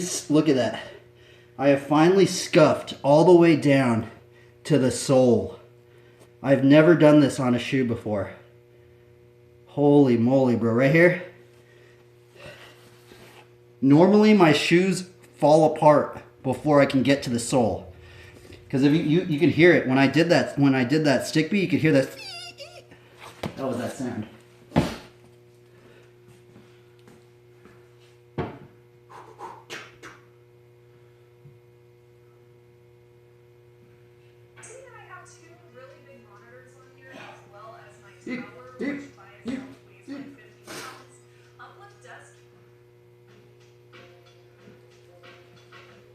What we're gonna do?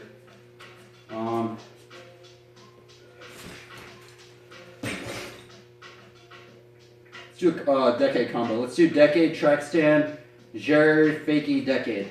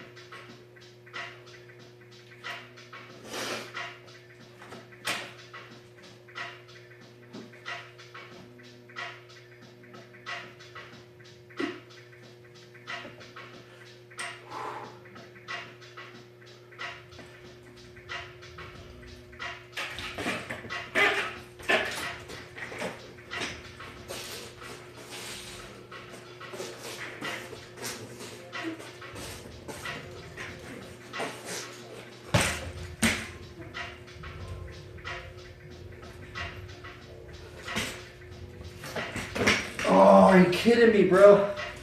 Almost landed it. Oh, I messed up. I hesitated. It's okay. That one's been hard. I've been stuck on that one for a while.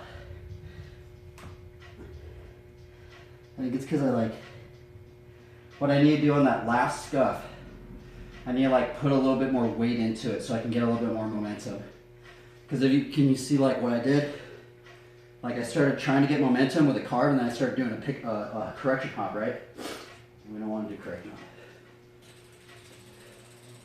All right, let's get back into doing, see if we can get a quad fire hydrant.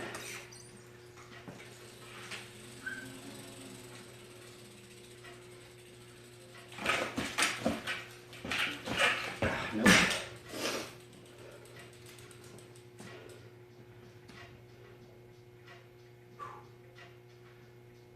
I like this song. This one's called Cross Guild. Cross Guild.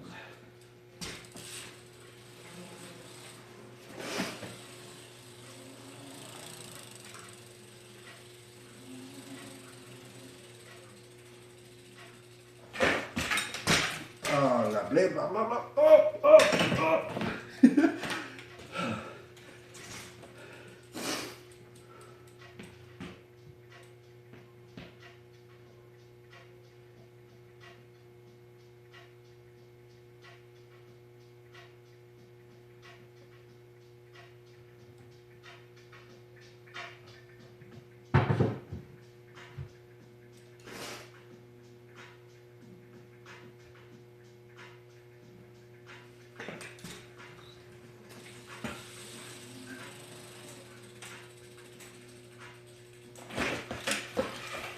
Come on, what is wrong with me with this trick? This is brutal. How am I gonna get to 7? I can't even do 4.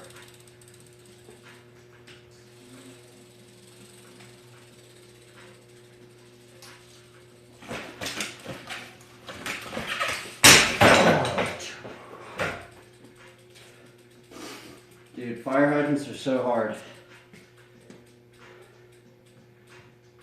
The trick is insane. Just like, it's just so like, I want to do it so bad. Like, I just want to do 7 of them in a row. Boom, boom, boom, boom, boom, boom, boom, wham. Like, how cool would that be?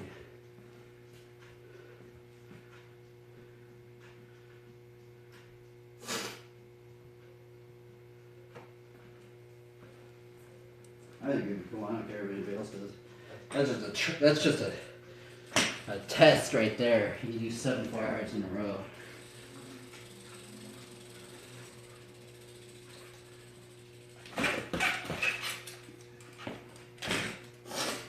Okay, I need to not be doing it. I need to like.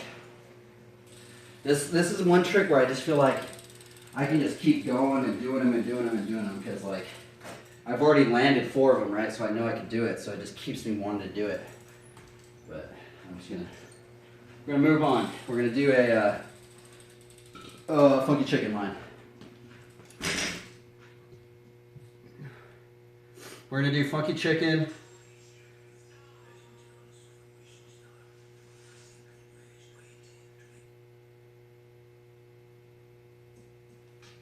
We're gonna do funky chicken.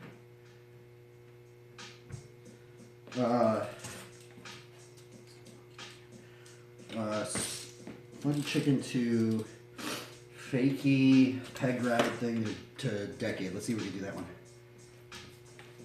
Bro, on Monday I always feel so pumped up. Like I have so much energy on Monday.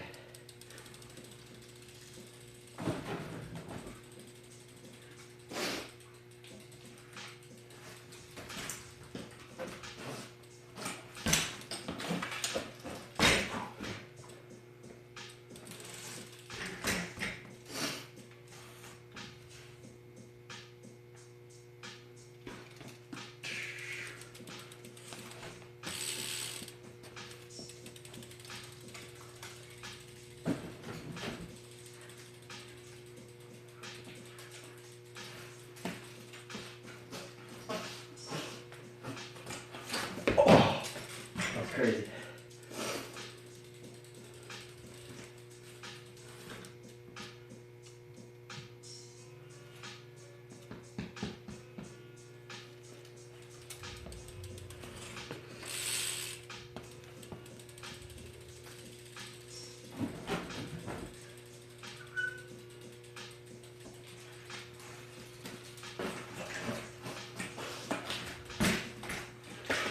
Come on.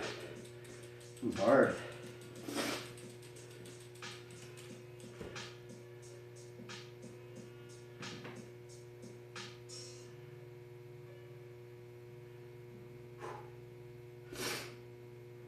Man, it feels so good to ride. Just feels really like, even if I don't land anything, right? Even if it's just just a day I just get burned out. It's just always like, for some reason, it just like, it's probably because of the runner try or something, right? It's just like, it's just like rewarding for some reason. It just makes me feel alive, right? It's like, yes, like, because we're living, man, like, I like that feeling of just being alive. Feels good.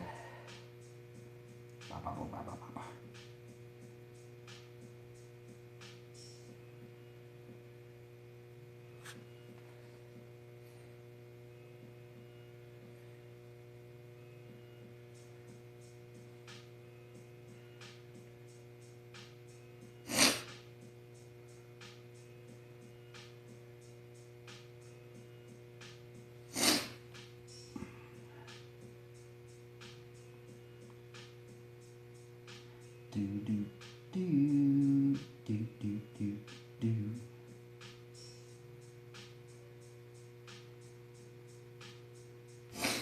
And we need to find some new music. I've been listening to the same copyright-free music for like a long time now. It's hard to kind of find like copyright-free music that I kind of like dig, right? There's just so much, like literally it probably feels like 98% of all music is copyrighted or has some sort of license on it. So that little bit of finding a copyright-free song is hard.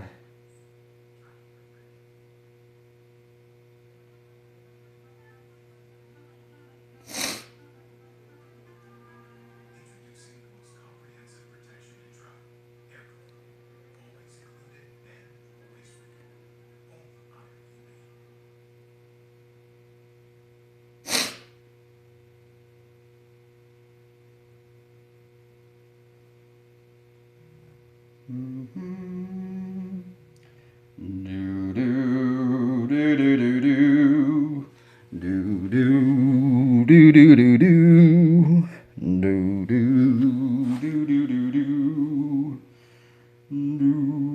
do do do do.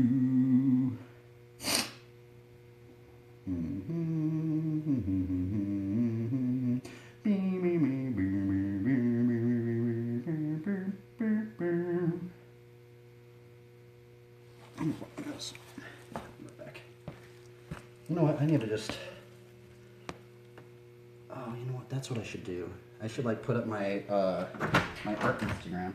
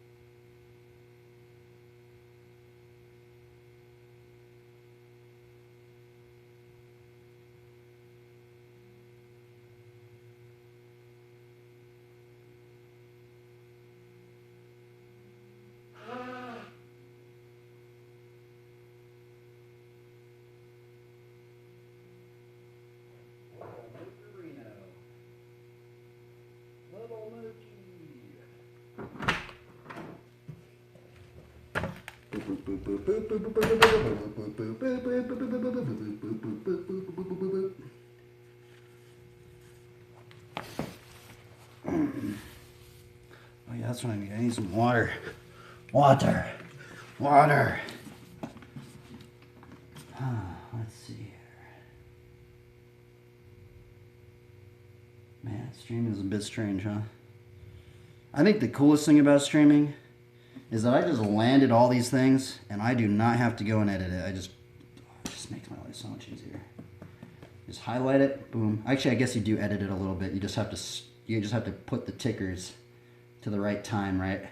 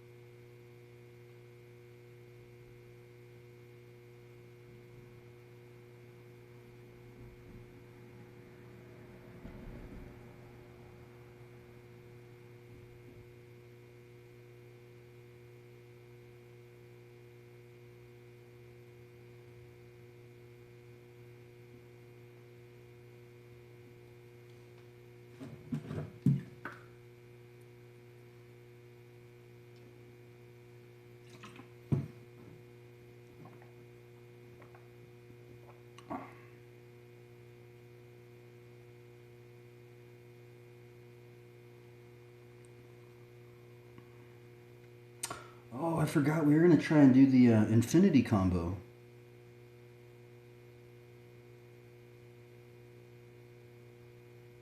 Oh, it's so hard, man. I'm just gonna give up right away. I bet I'm gonna give up right away if I try it. If you guys are out there, please make a how-to on how to do this combo. It is a regular foot gyrator to stick B to Undertaker to gyrator. Bro. If anybody out there can do that and make a how-to, dude, that'd be so sweet, man. I just want to see it. I literally just want to see it. I've seen people do the gyrator to stick B. I haven't seen somebody do gyrator stick B to Undertaker gyrator back into stick B again. My mind would be blown, dude. That would just be freaking crazy, dude. Add some no-handers in there. Oh, man. That would be gnarly. Gnar.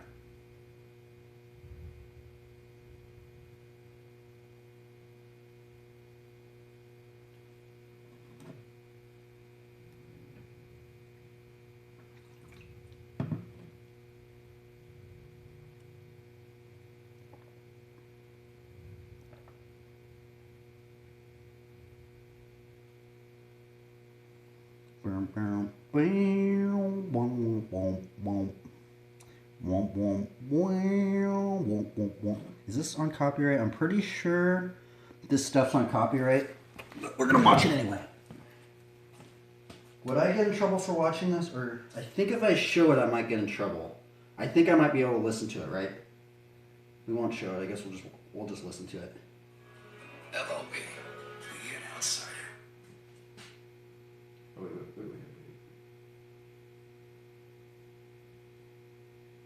Sorry, did anybody say something? Sorry, I'm in looking at the chat. Okay, nobody's here.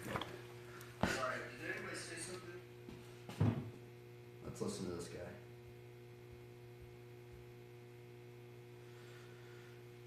Because I'm going to be trying to figure this thing out. Let's see here.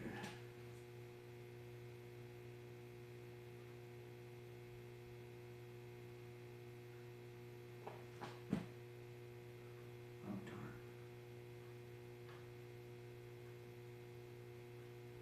I just watched that video. Where is it at? Bro, where is it at?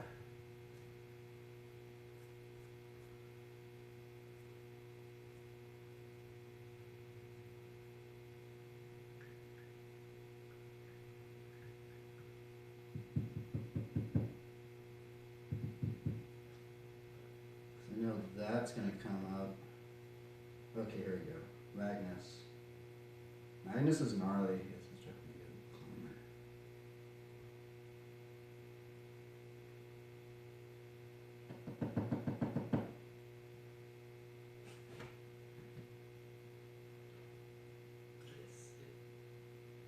Oh yeah, there we go. We gotta push all the way back.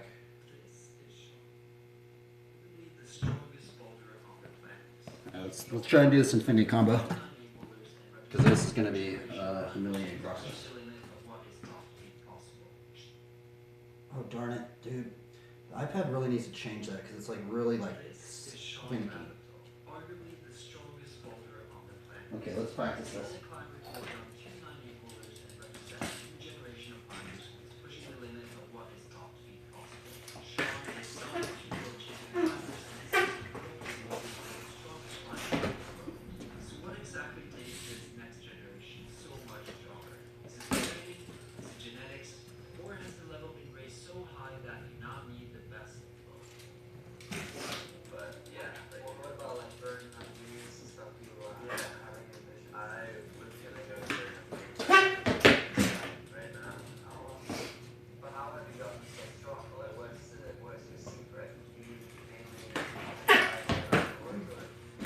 So I need to get from here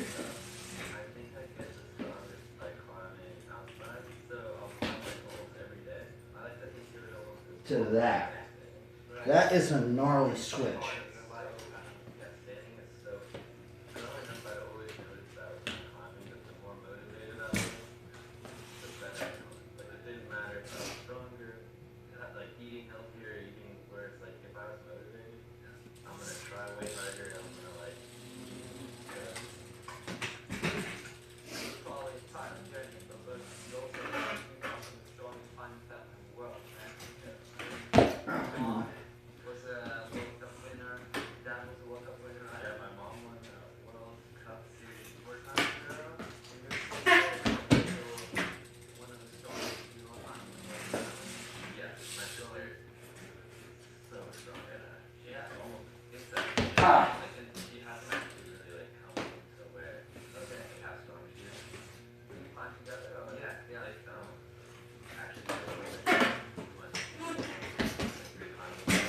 Dude, that feels so impossible.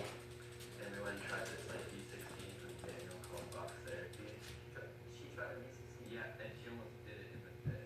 No way. Like you climb, I think like both.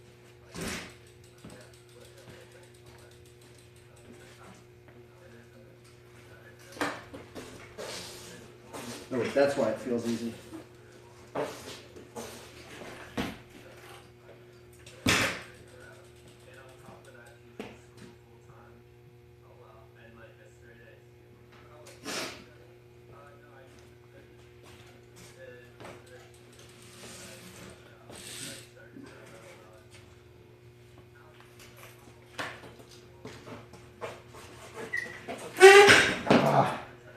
This is hard. I don't know how they do it. How do you guys get from that to a stick beat? It doesn't make no sense to me. Like literally, you have to start like this in a gyrator, and then you do half bar, jump to that, and then jump to here. That's so gnarly. How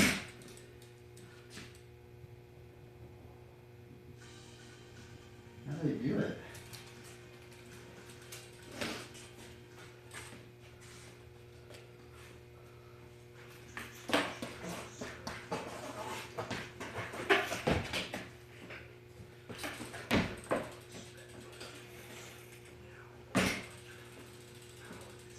Maybe that's what you gotta do.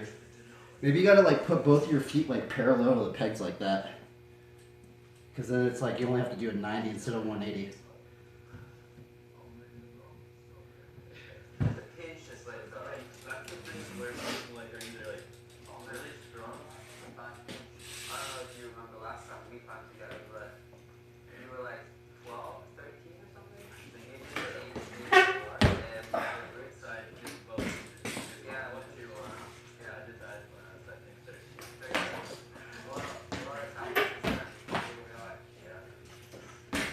So cool. I actually remember you said in our basement you put up like a little black tape traverse. What about under to gyrator? It's still there. It's still there. Yeah. Wow. I remember that. But now you do like laps on it. Yeah. Yeah.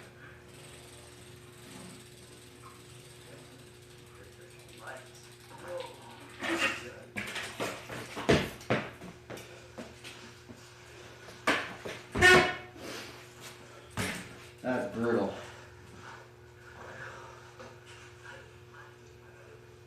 Nice. Go on, John. Yeah. There you go. That's closer. That one's good. So you can start here and there. I put my right foot. So like left. Here?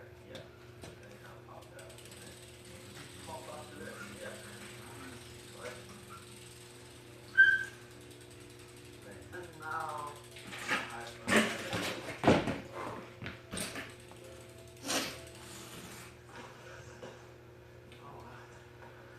how does it get stitches?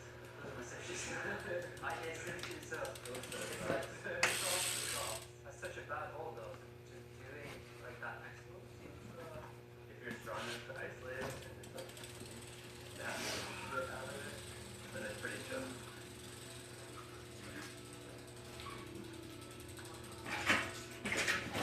Oh, come on.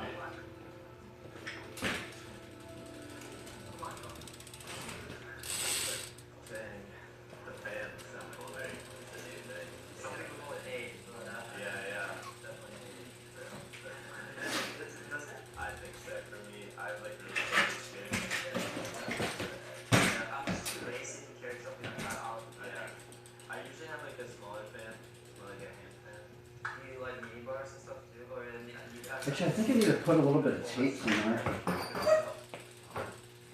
Yeah. Come on, Sean. Wait, where's that? Nice. Come on. Yes, easy. Come on, man. Come on. Oh, man. I almost feel like I'm just gonna get that. It's like cut feet and stuff. Like, I feel like I'm just gonna be like, yeah, it's like,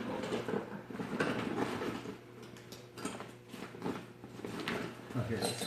nice.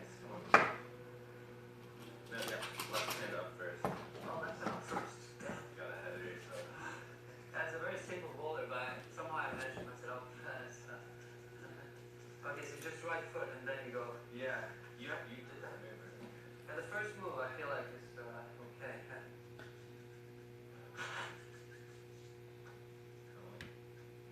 Nice. Come on. Yeah.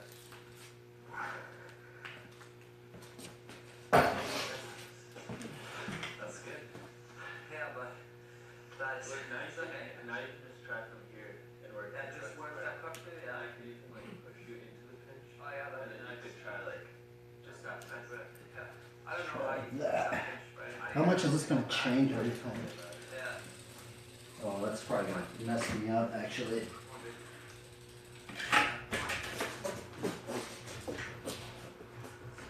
Come on, Sean. Come on. Yeah, come on. Yeah, that's too much.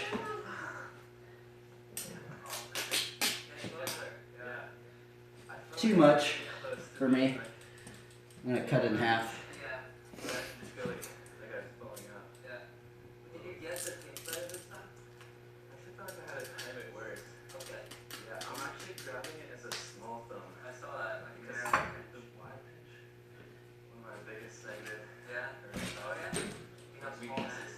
Not necessarily small though, Built that small hand. but it's more like my wrist flexibility. And so like, Oh, okay. I can get my thumb. Probably should look better. Yeah. What's my worst? Really worst sport. Like it's insane. I'm so bad. That's straight. You bet on the moon board. Yeah, a lot better.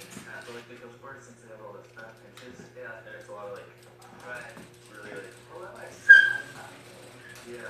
But I just can't. Right, that's way better. That's definitely. Yeah, I just use the thumb and then I'm basically just.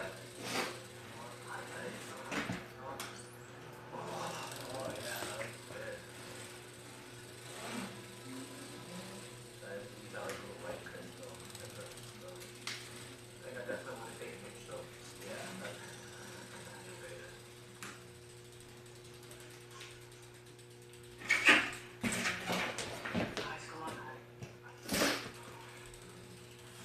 Come on.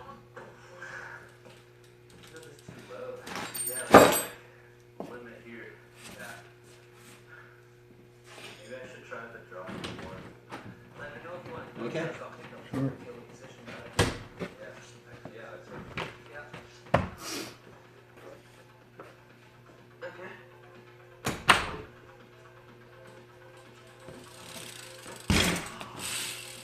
A nice session begin. Oh, is that a commercial? It is.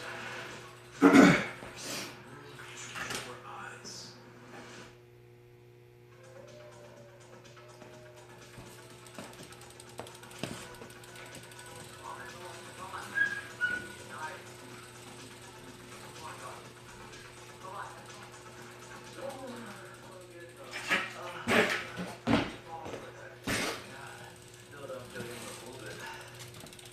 Get that.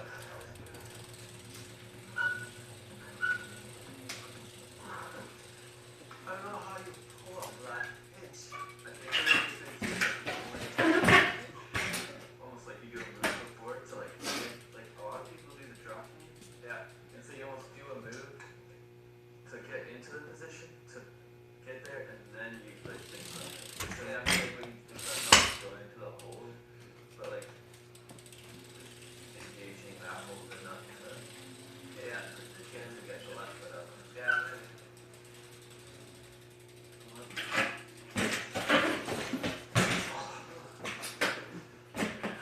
Okay, I need to do it like more over here. Because I'm going to run into the wall. Come on.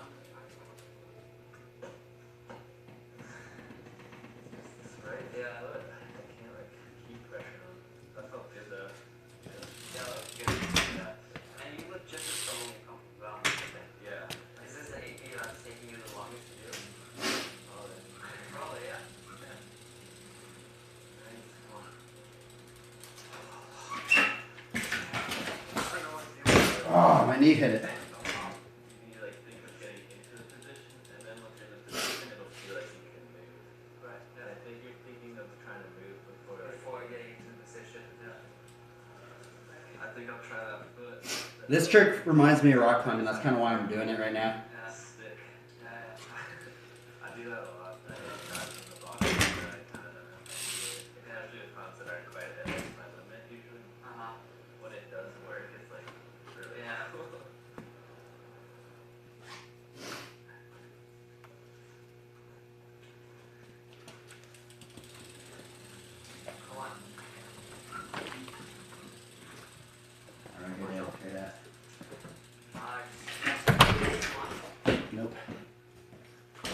not even close.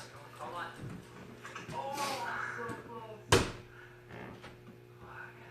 That was a good try though. Thanks. Just feet, I don't feel them.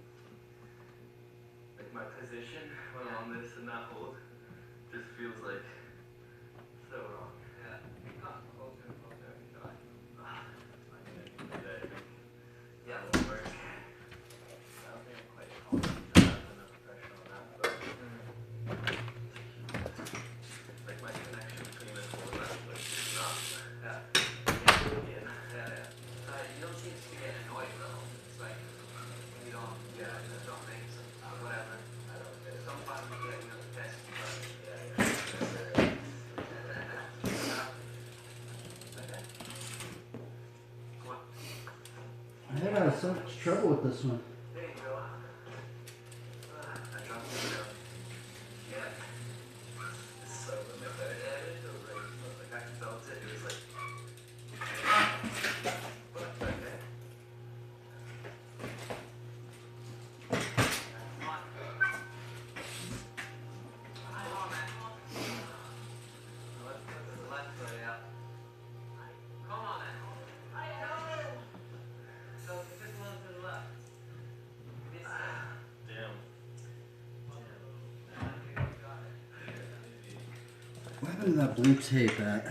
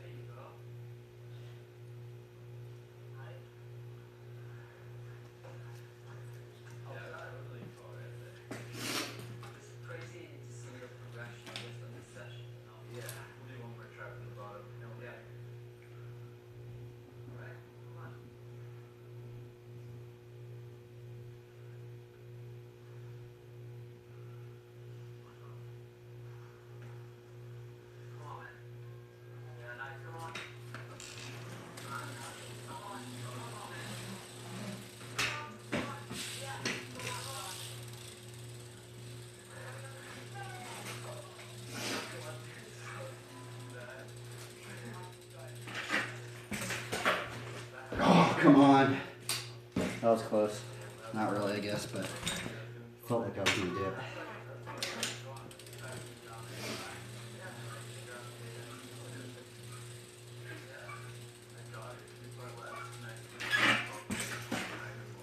Oh, what is wrong with this trick?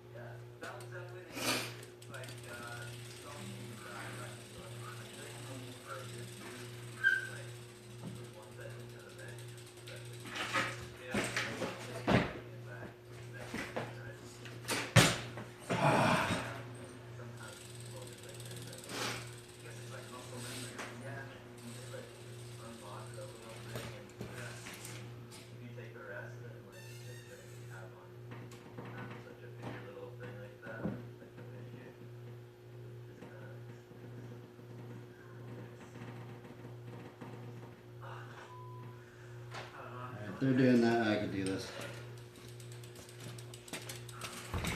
This is a rock climbing feeling trick. This one feels like you're literally bouldering.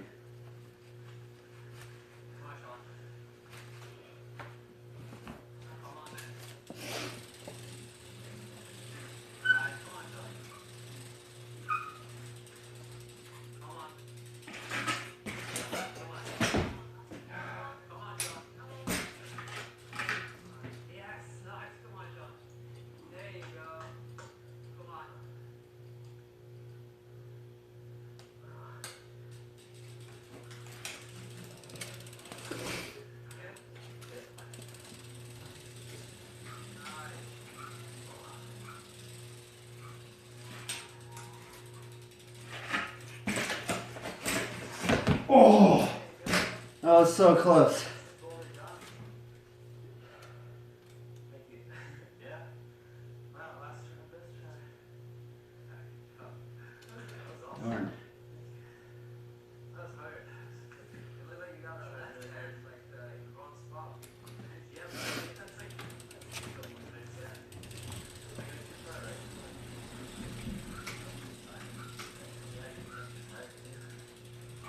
Yeah, like So close. you gotta come back for another day. Oh yeah, that'd be fun. Yeah.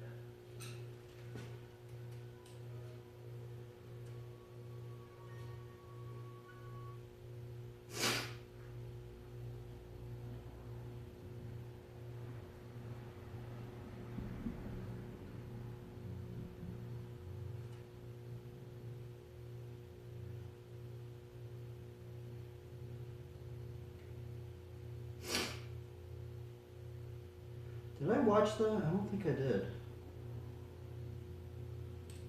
When you live with moderate to severe Crohn's disease or ulcerative colitis, your day can be full of reminders of your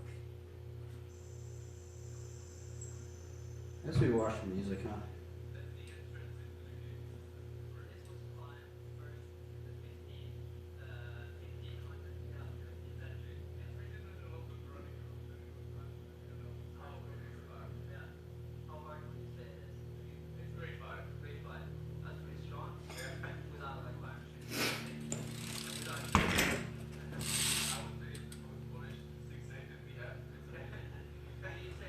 Alright.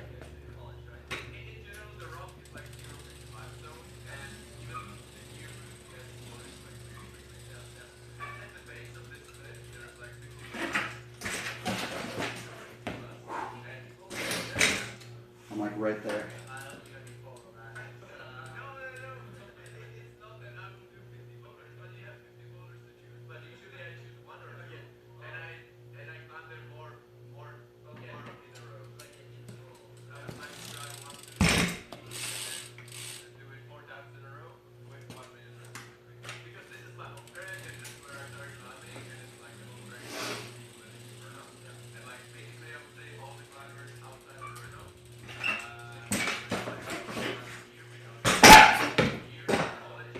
I'm getting it. I'm gonna get it.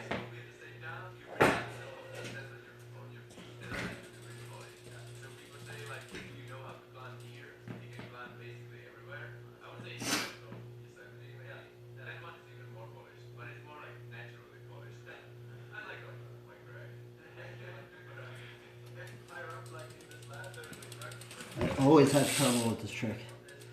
Always. Especially with this frame. I wish I had a smaller frame.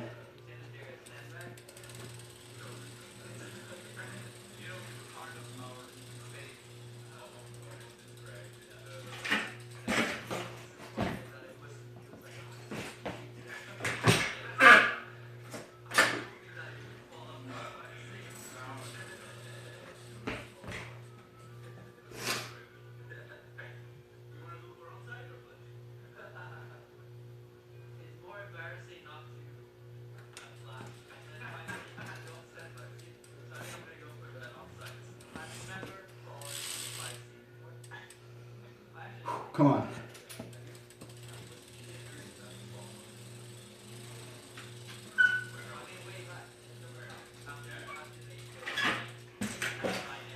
Oh, terrible at this. Why is it so hard? It does not make any sense. I've landed so many of these things, it's still hard.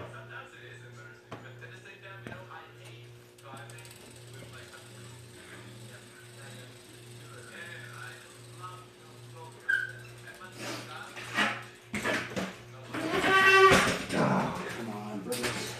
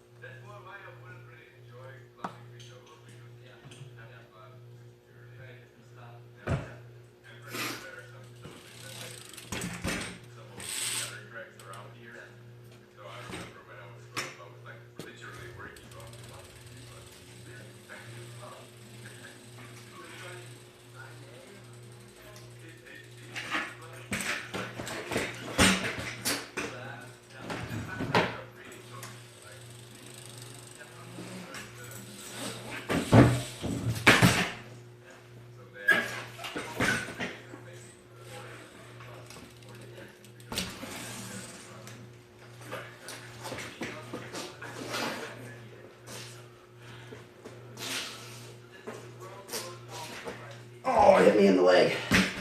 I finally landed it.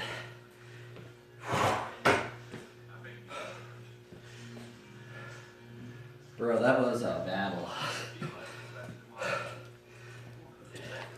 How many tries did that take? I'm going to say 20 tries. I finally landed it.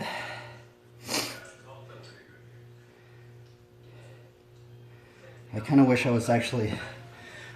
actually had that on my phone, because I did the chainsaw to Fakey Decade.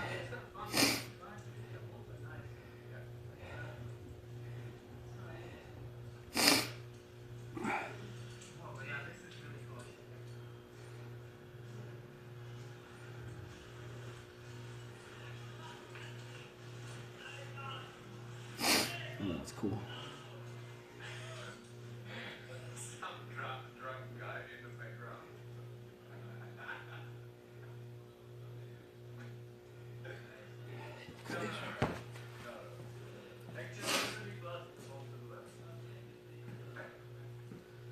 Yeah, dude. That trick right there, dude, it feels like rock climbing. It's like rock climbing on a bike. I'm actually really stoked on that line we just landed right there. I'm really, really stoked on it. That one I had to battle for. Actually, there's a little bit I was like, man, I'm probably not going to land it. Why am I even trying it? And I'm so glad I kept trying it. That one's tricky, dude. Especially if you have a really small frame, that trick is way easier. But that's a 20.75, and like I should be running like a 19-inch, bro. Like I shouldn't even be riding this frame flatlining. So it feels like I gotta leap and get to it on that other side.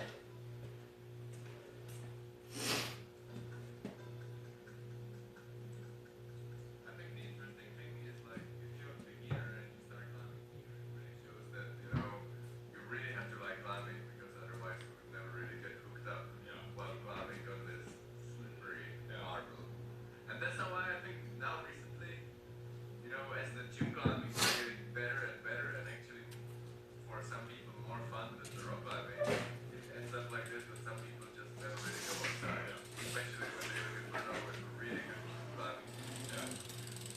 Not really that good rock climbing around.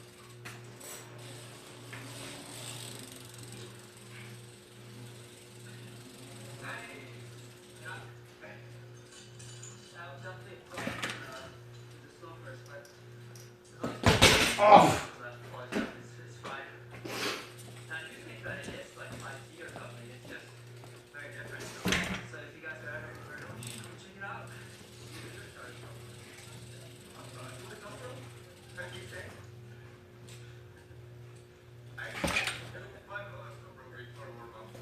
Come on. I like climbing, I don't like especially in the gym, warming up.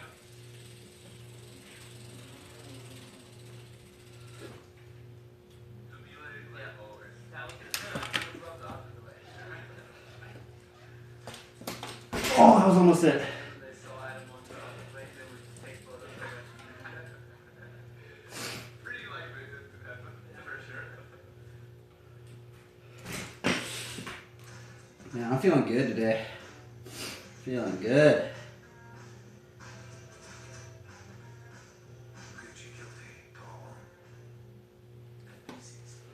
Because we rested all day yesterday, kind of. I'd like to say I rested from doing taxi stuff. 0.9% APR.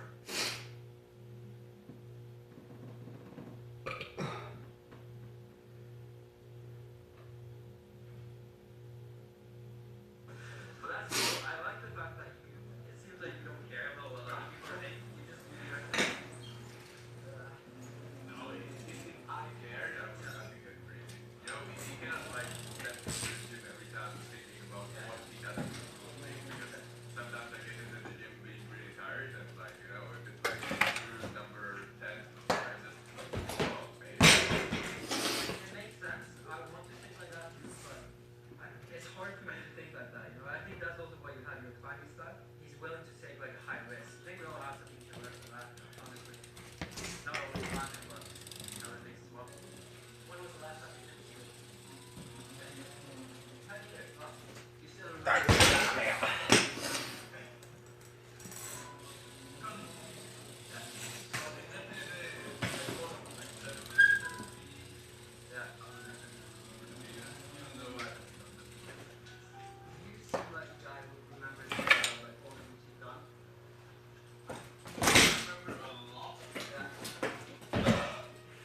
Darn.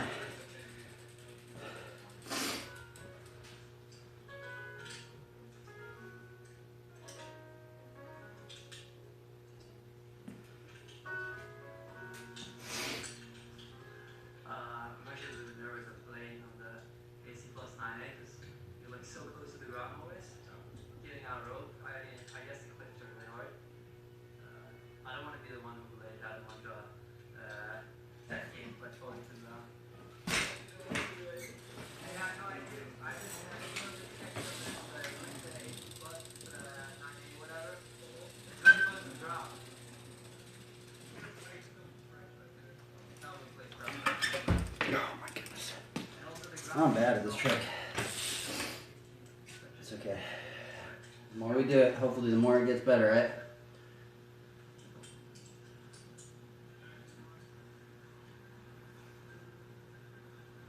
Nice. I don't think you could fall on this. Like it's too easy for you. I would have plowed through some of them. No, you won't. No. I really agree with you. Yeah. Have you fun with Alex?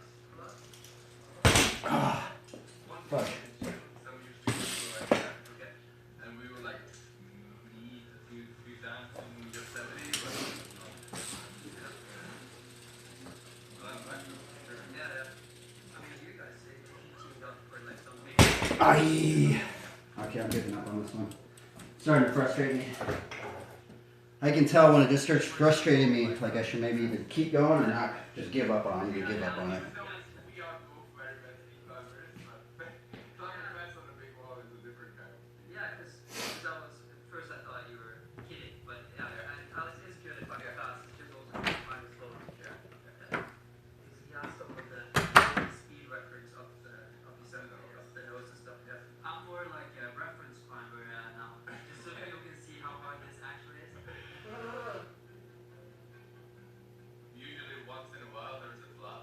Yeah. Okay. And basically like all the water is like halfway up. But you can And then keep on going. it gets really dirty, you know. Once the water gets away, it's like really pain in the ass to clean everything again. Yeah. And it smells bad. Alright, what are we going to work on now? Let's do turbine steamroller. I haven't landed a turbine steamroller in a while. And how many steps is that now? One. Well, it's only you. Yeah. I guess I should have known.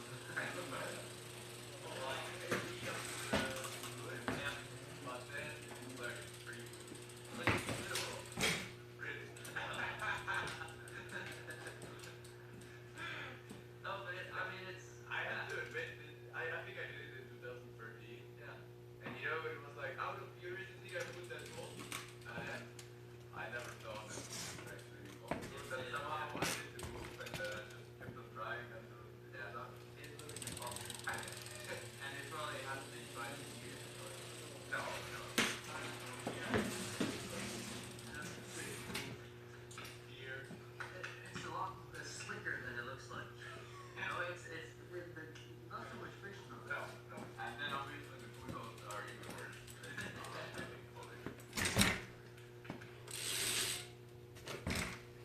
Introducing the GMC Sierra EV Denali Edition 1 with built-in battery technology for up to a GFS. Do you think people lived in here like thousands of years ago? Nothing.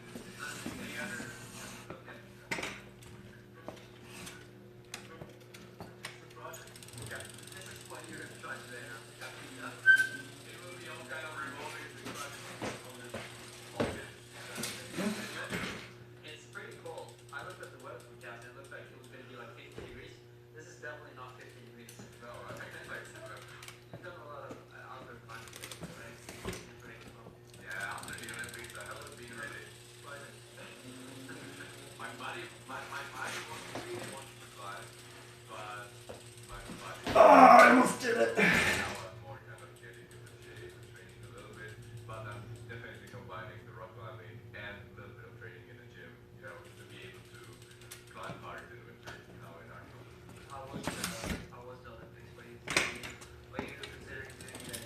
Like, are you gonna try it next time again? Or there's definitely something to those people there. You know, being in the village, I think it definitely has an aura. It was also be hard because especially that's the same part. I mean, it must have been even harder for the one I was like, yeah, that's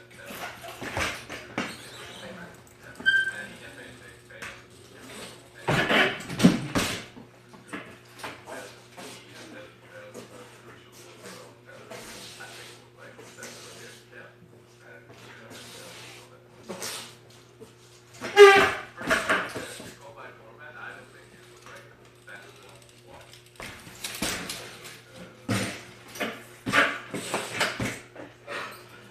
Oh, it's sketchy, but okay.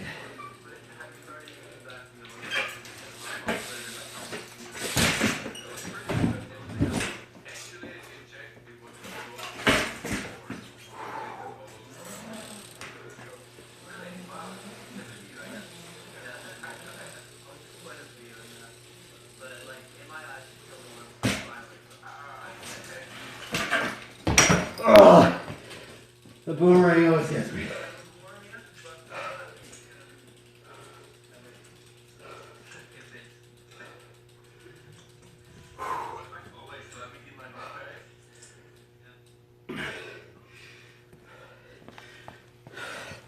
I actually land that. Dude, I'm landing all these things today.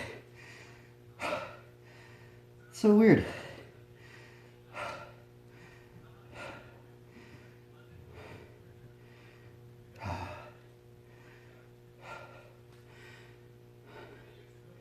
Bro, I've landed more in one day, in one session, than I have in 2 weeks, I think.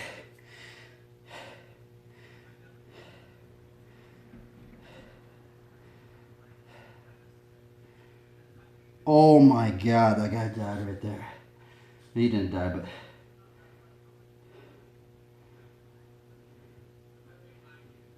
Oh, jeez, dude. That's just brutal.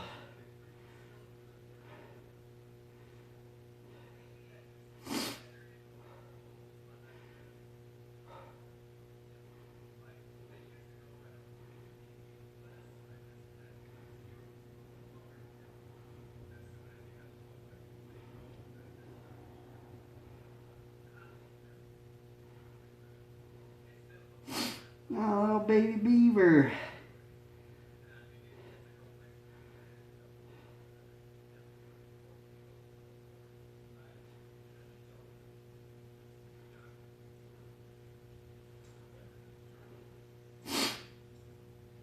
All right, well, I think I'm going to end it on that line then, huh?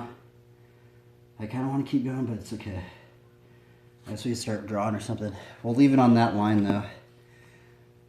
That was really fun. That was really, really fun. I should keep this riding on. Maybe we could ride outside. Let's see here. How's outside doing? I haven't ridden outside in a while. I'm just going to check out the weather out there. Oh, it's kind of dark, huh?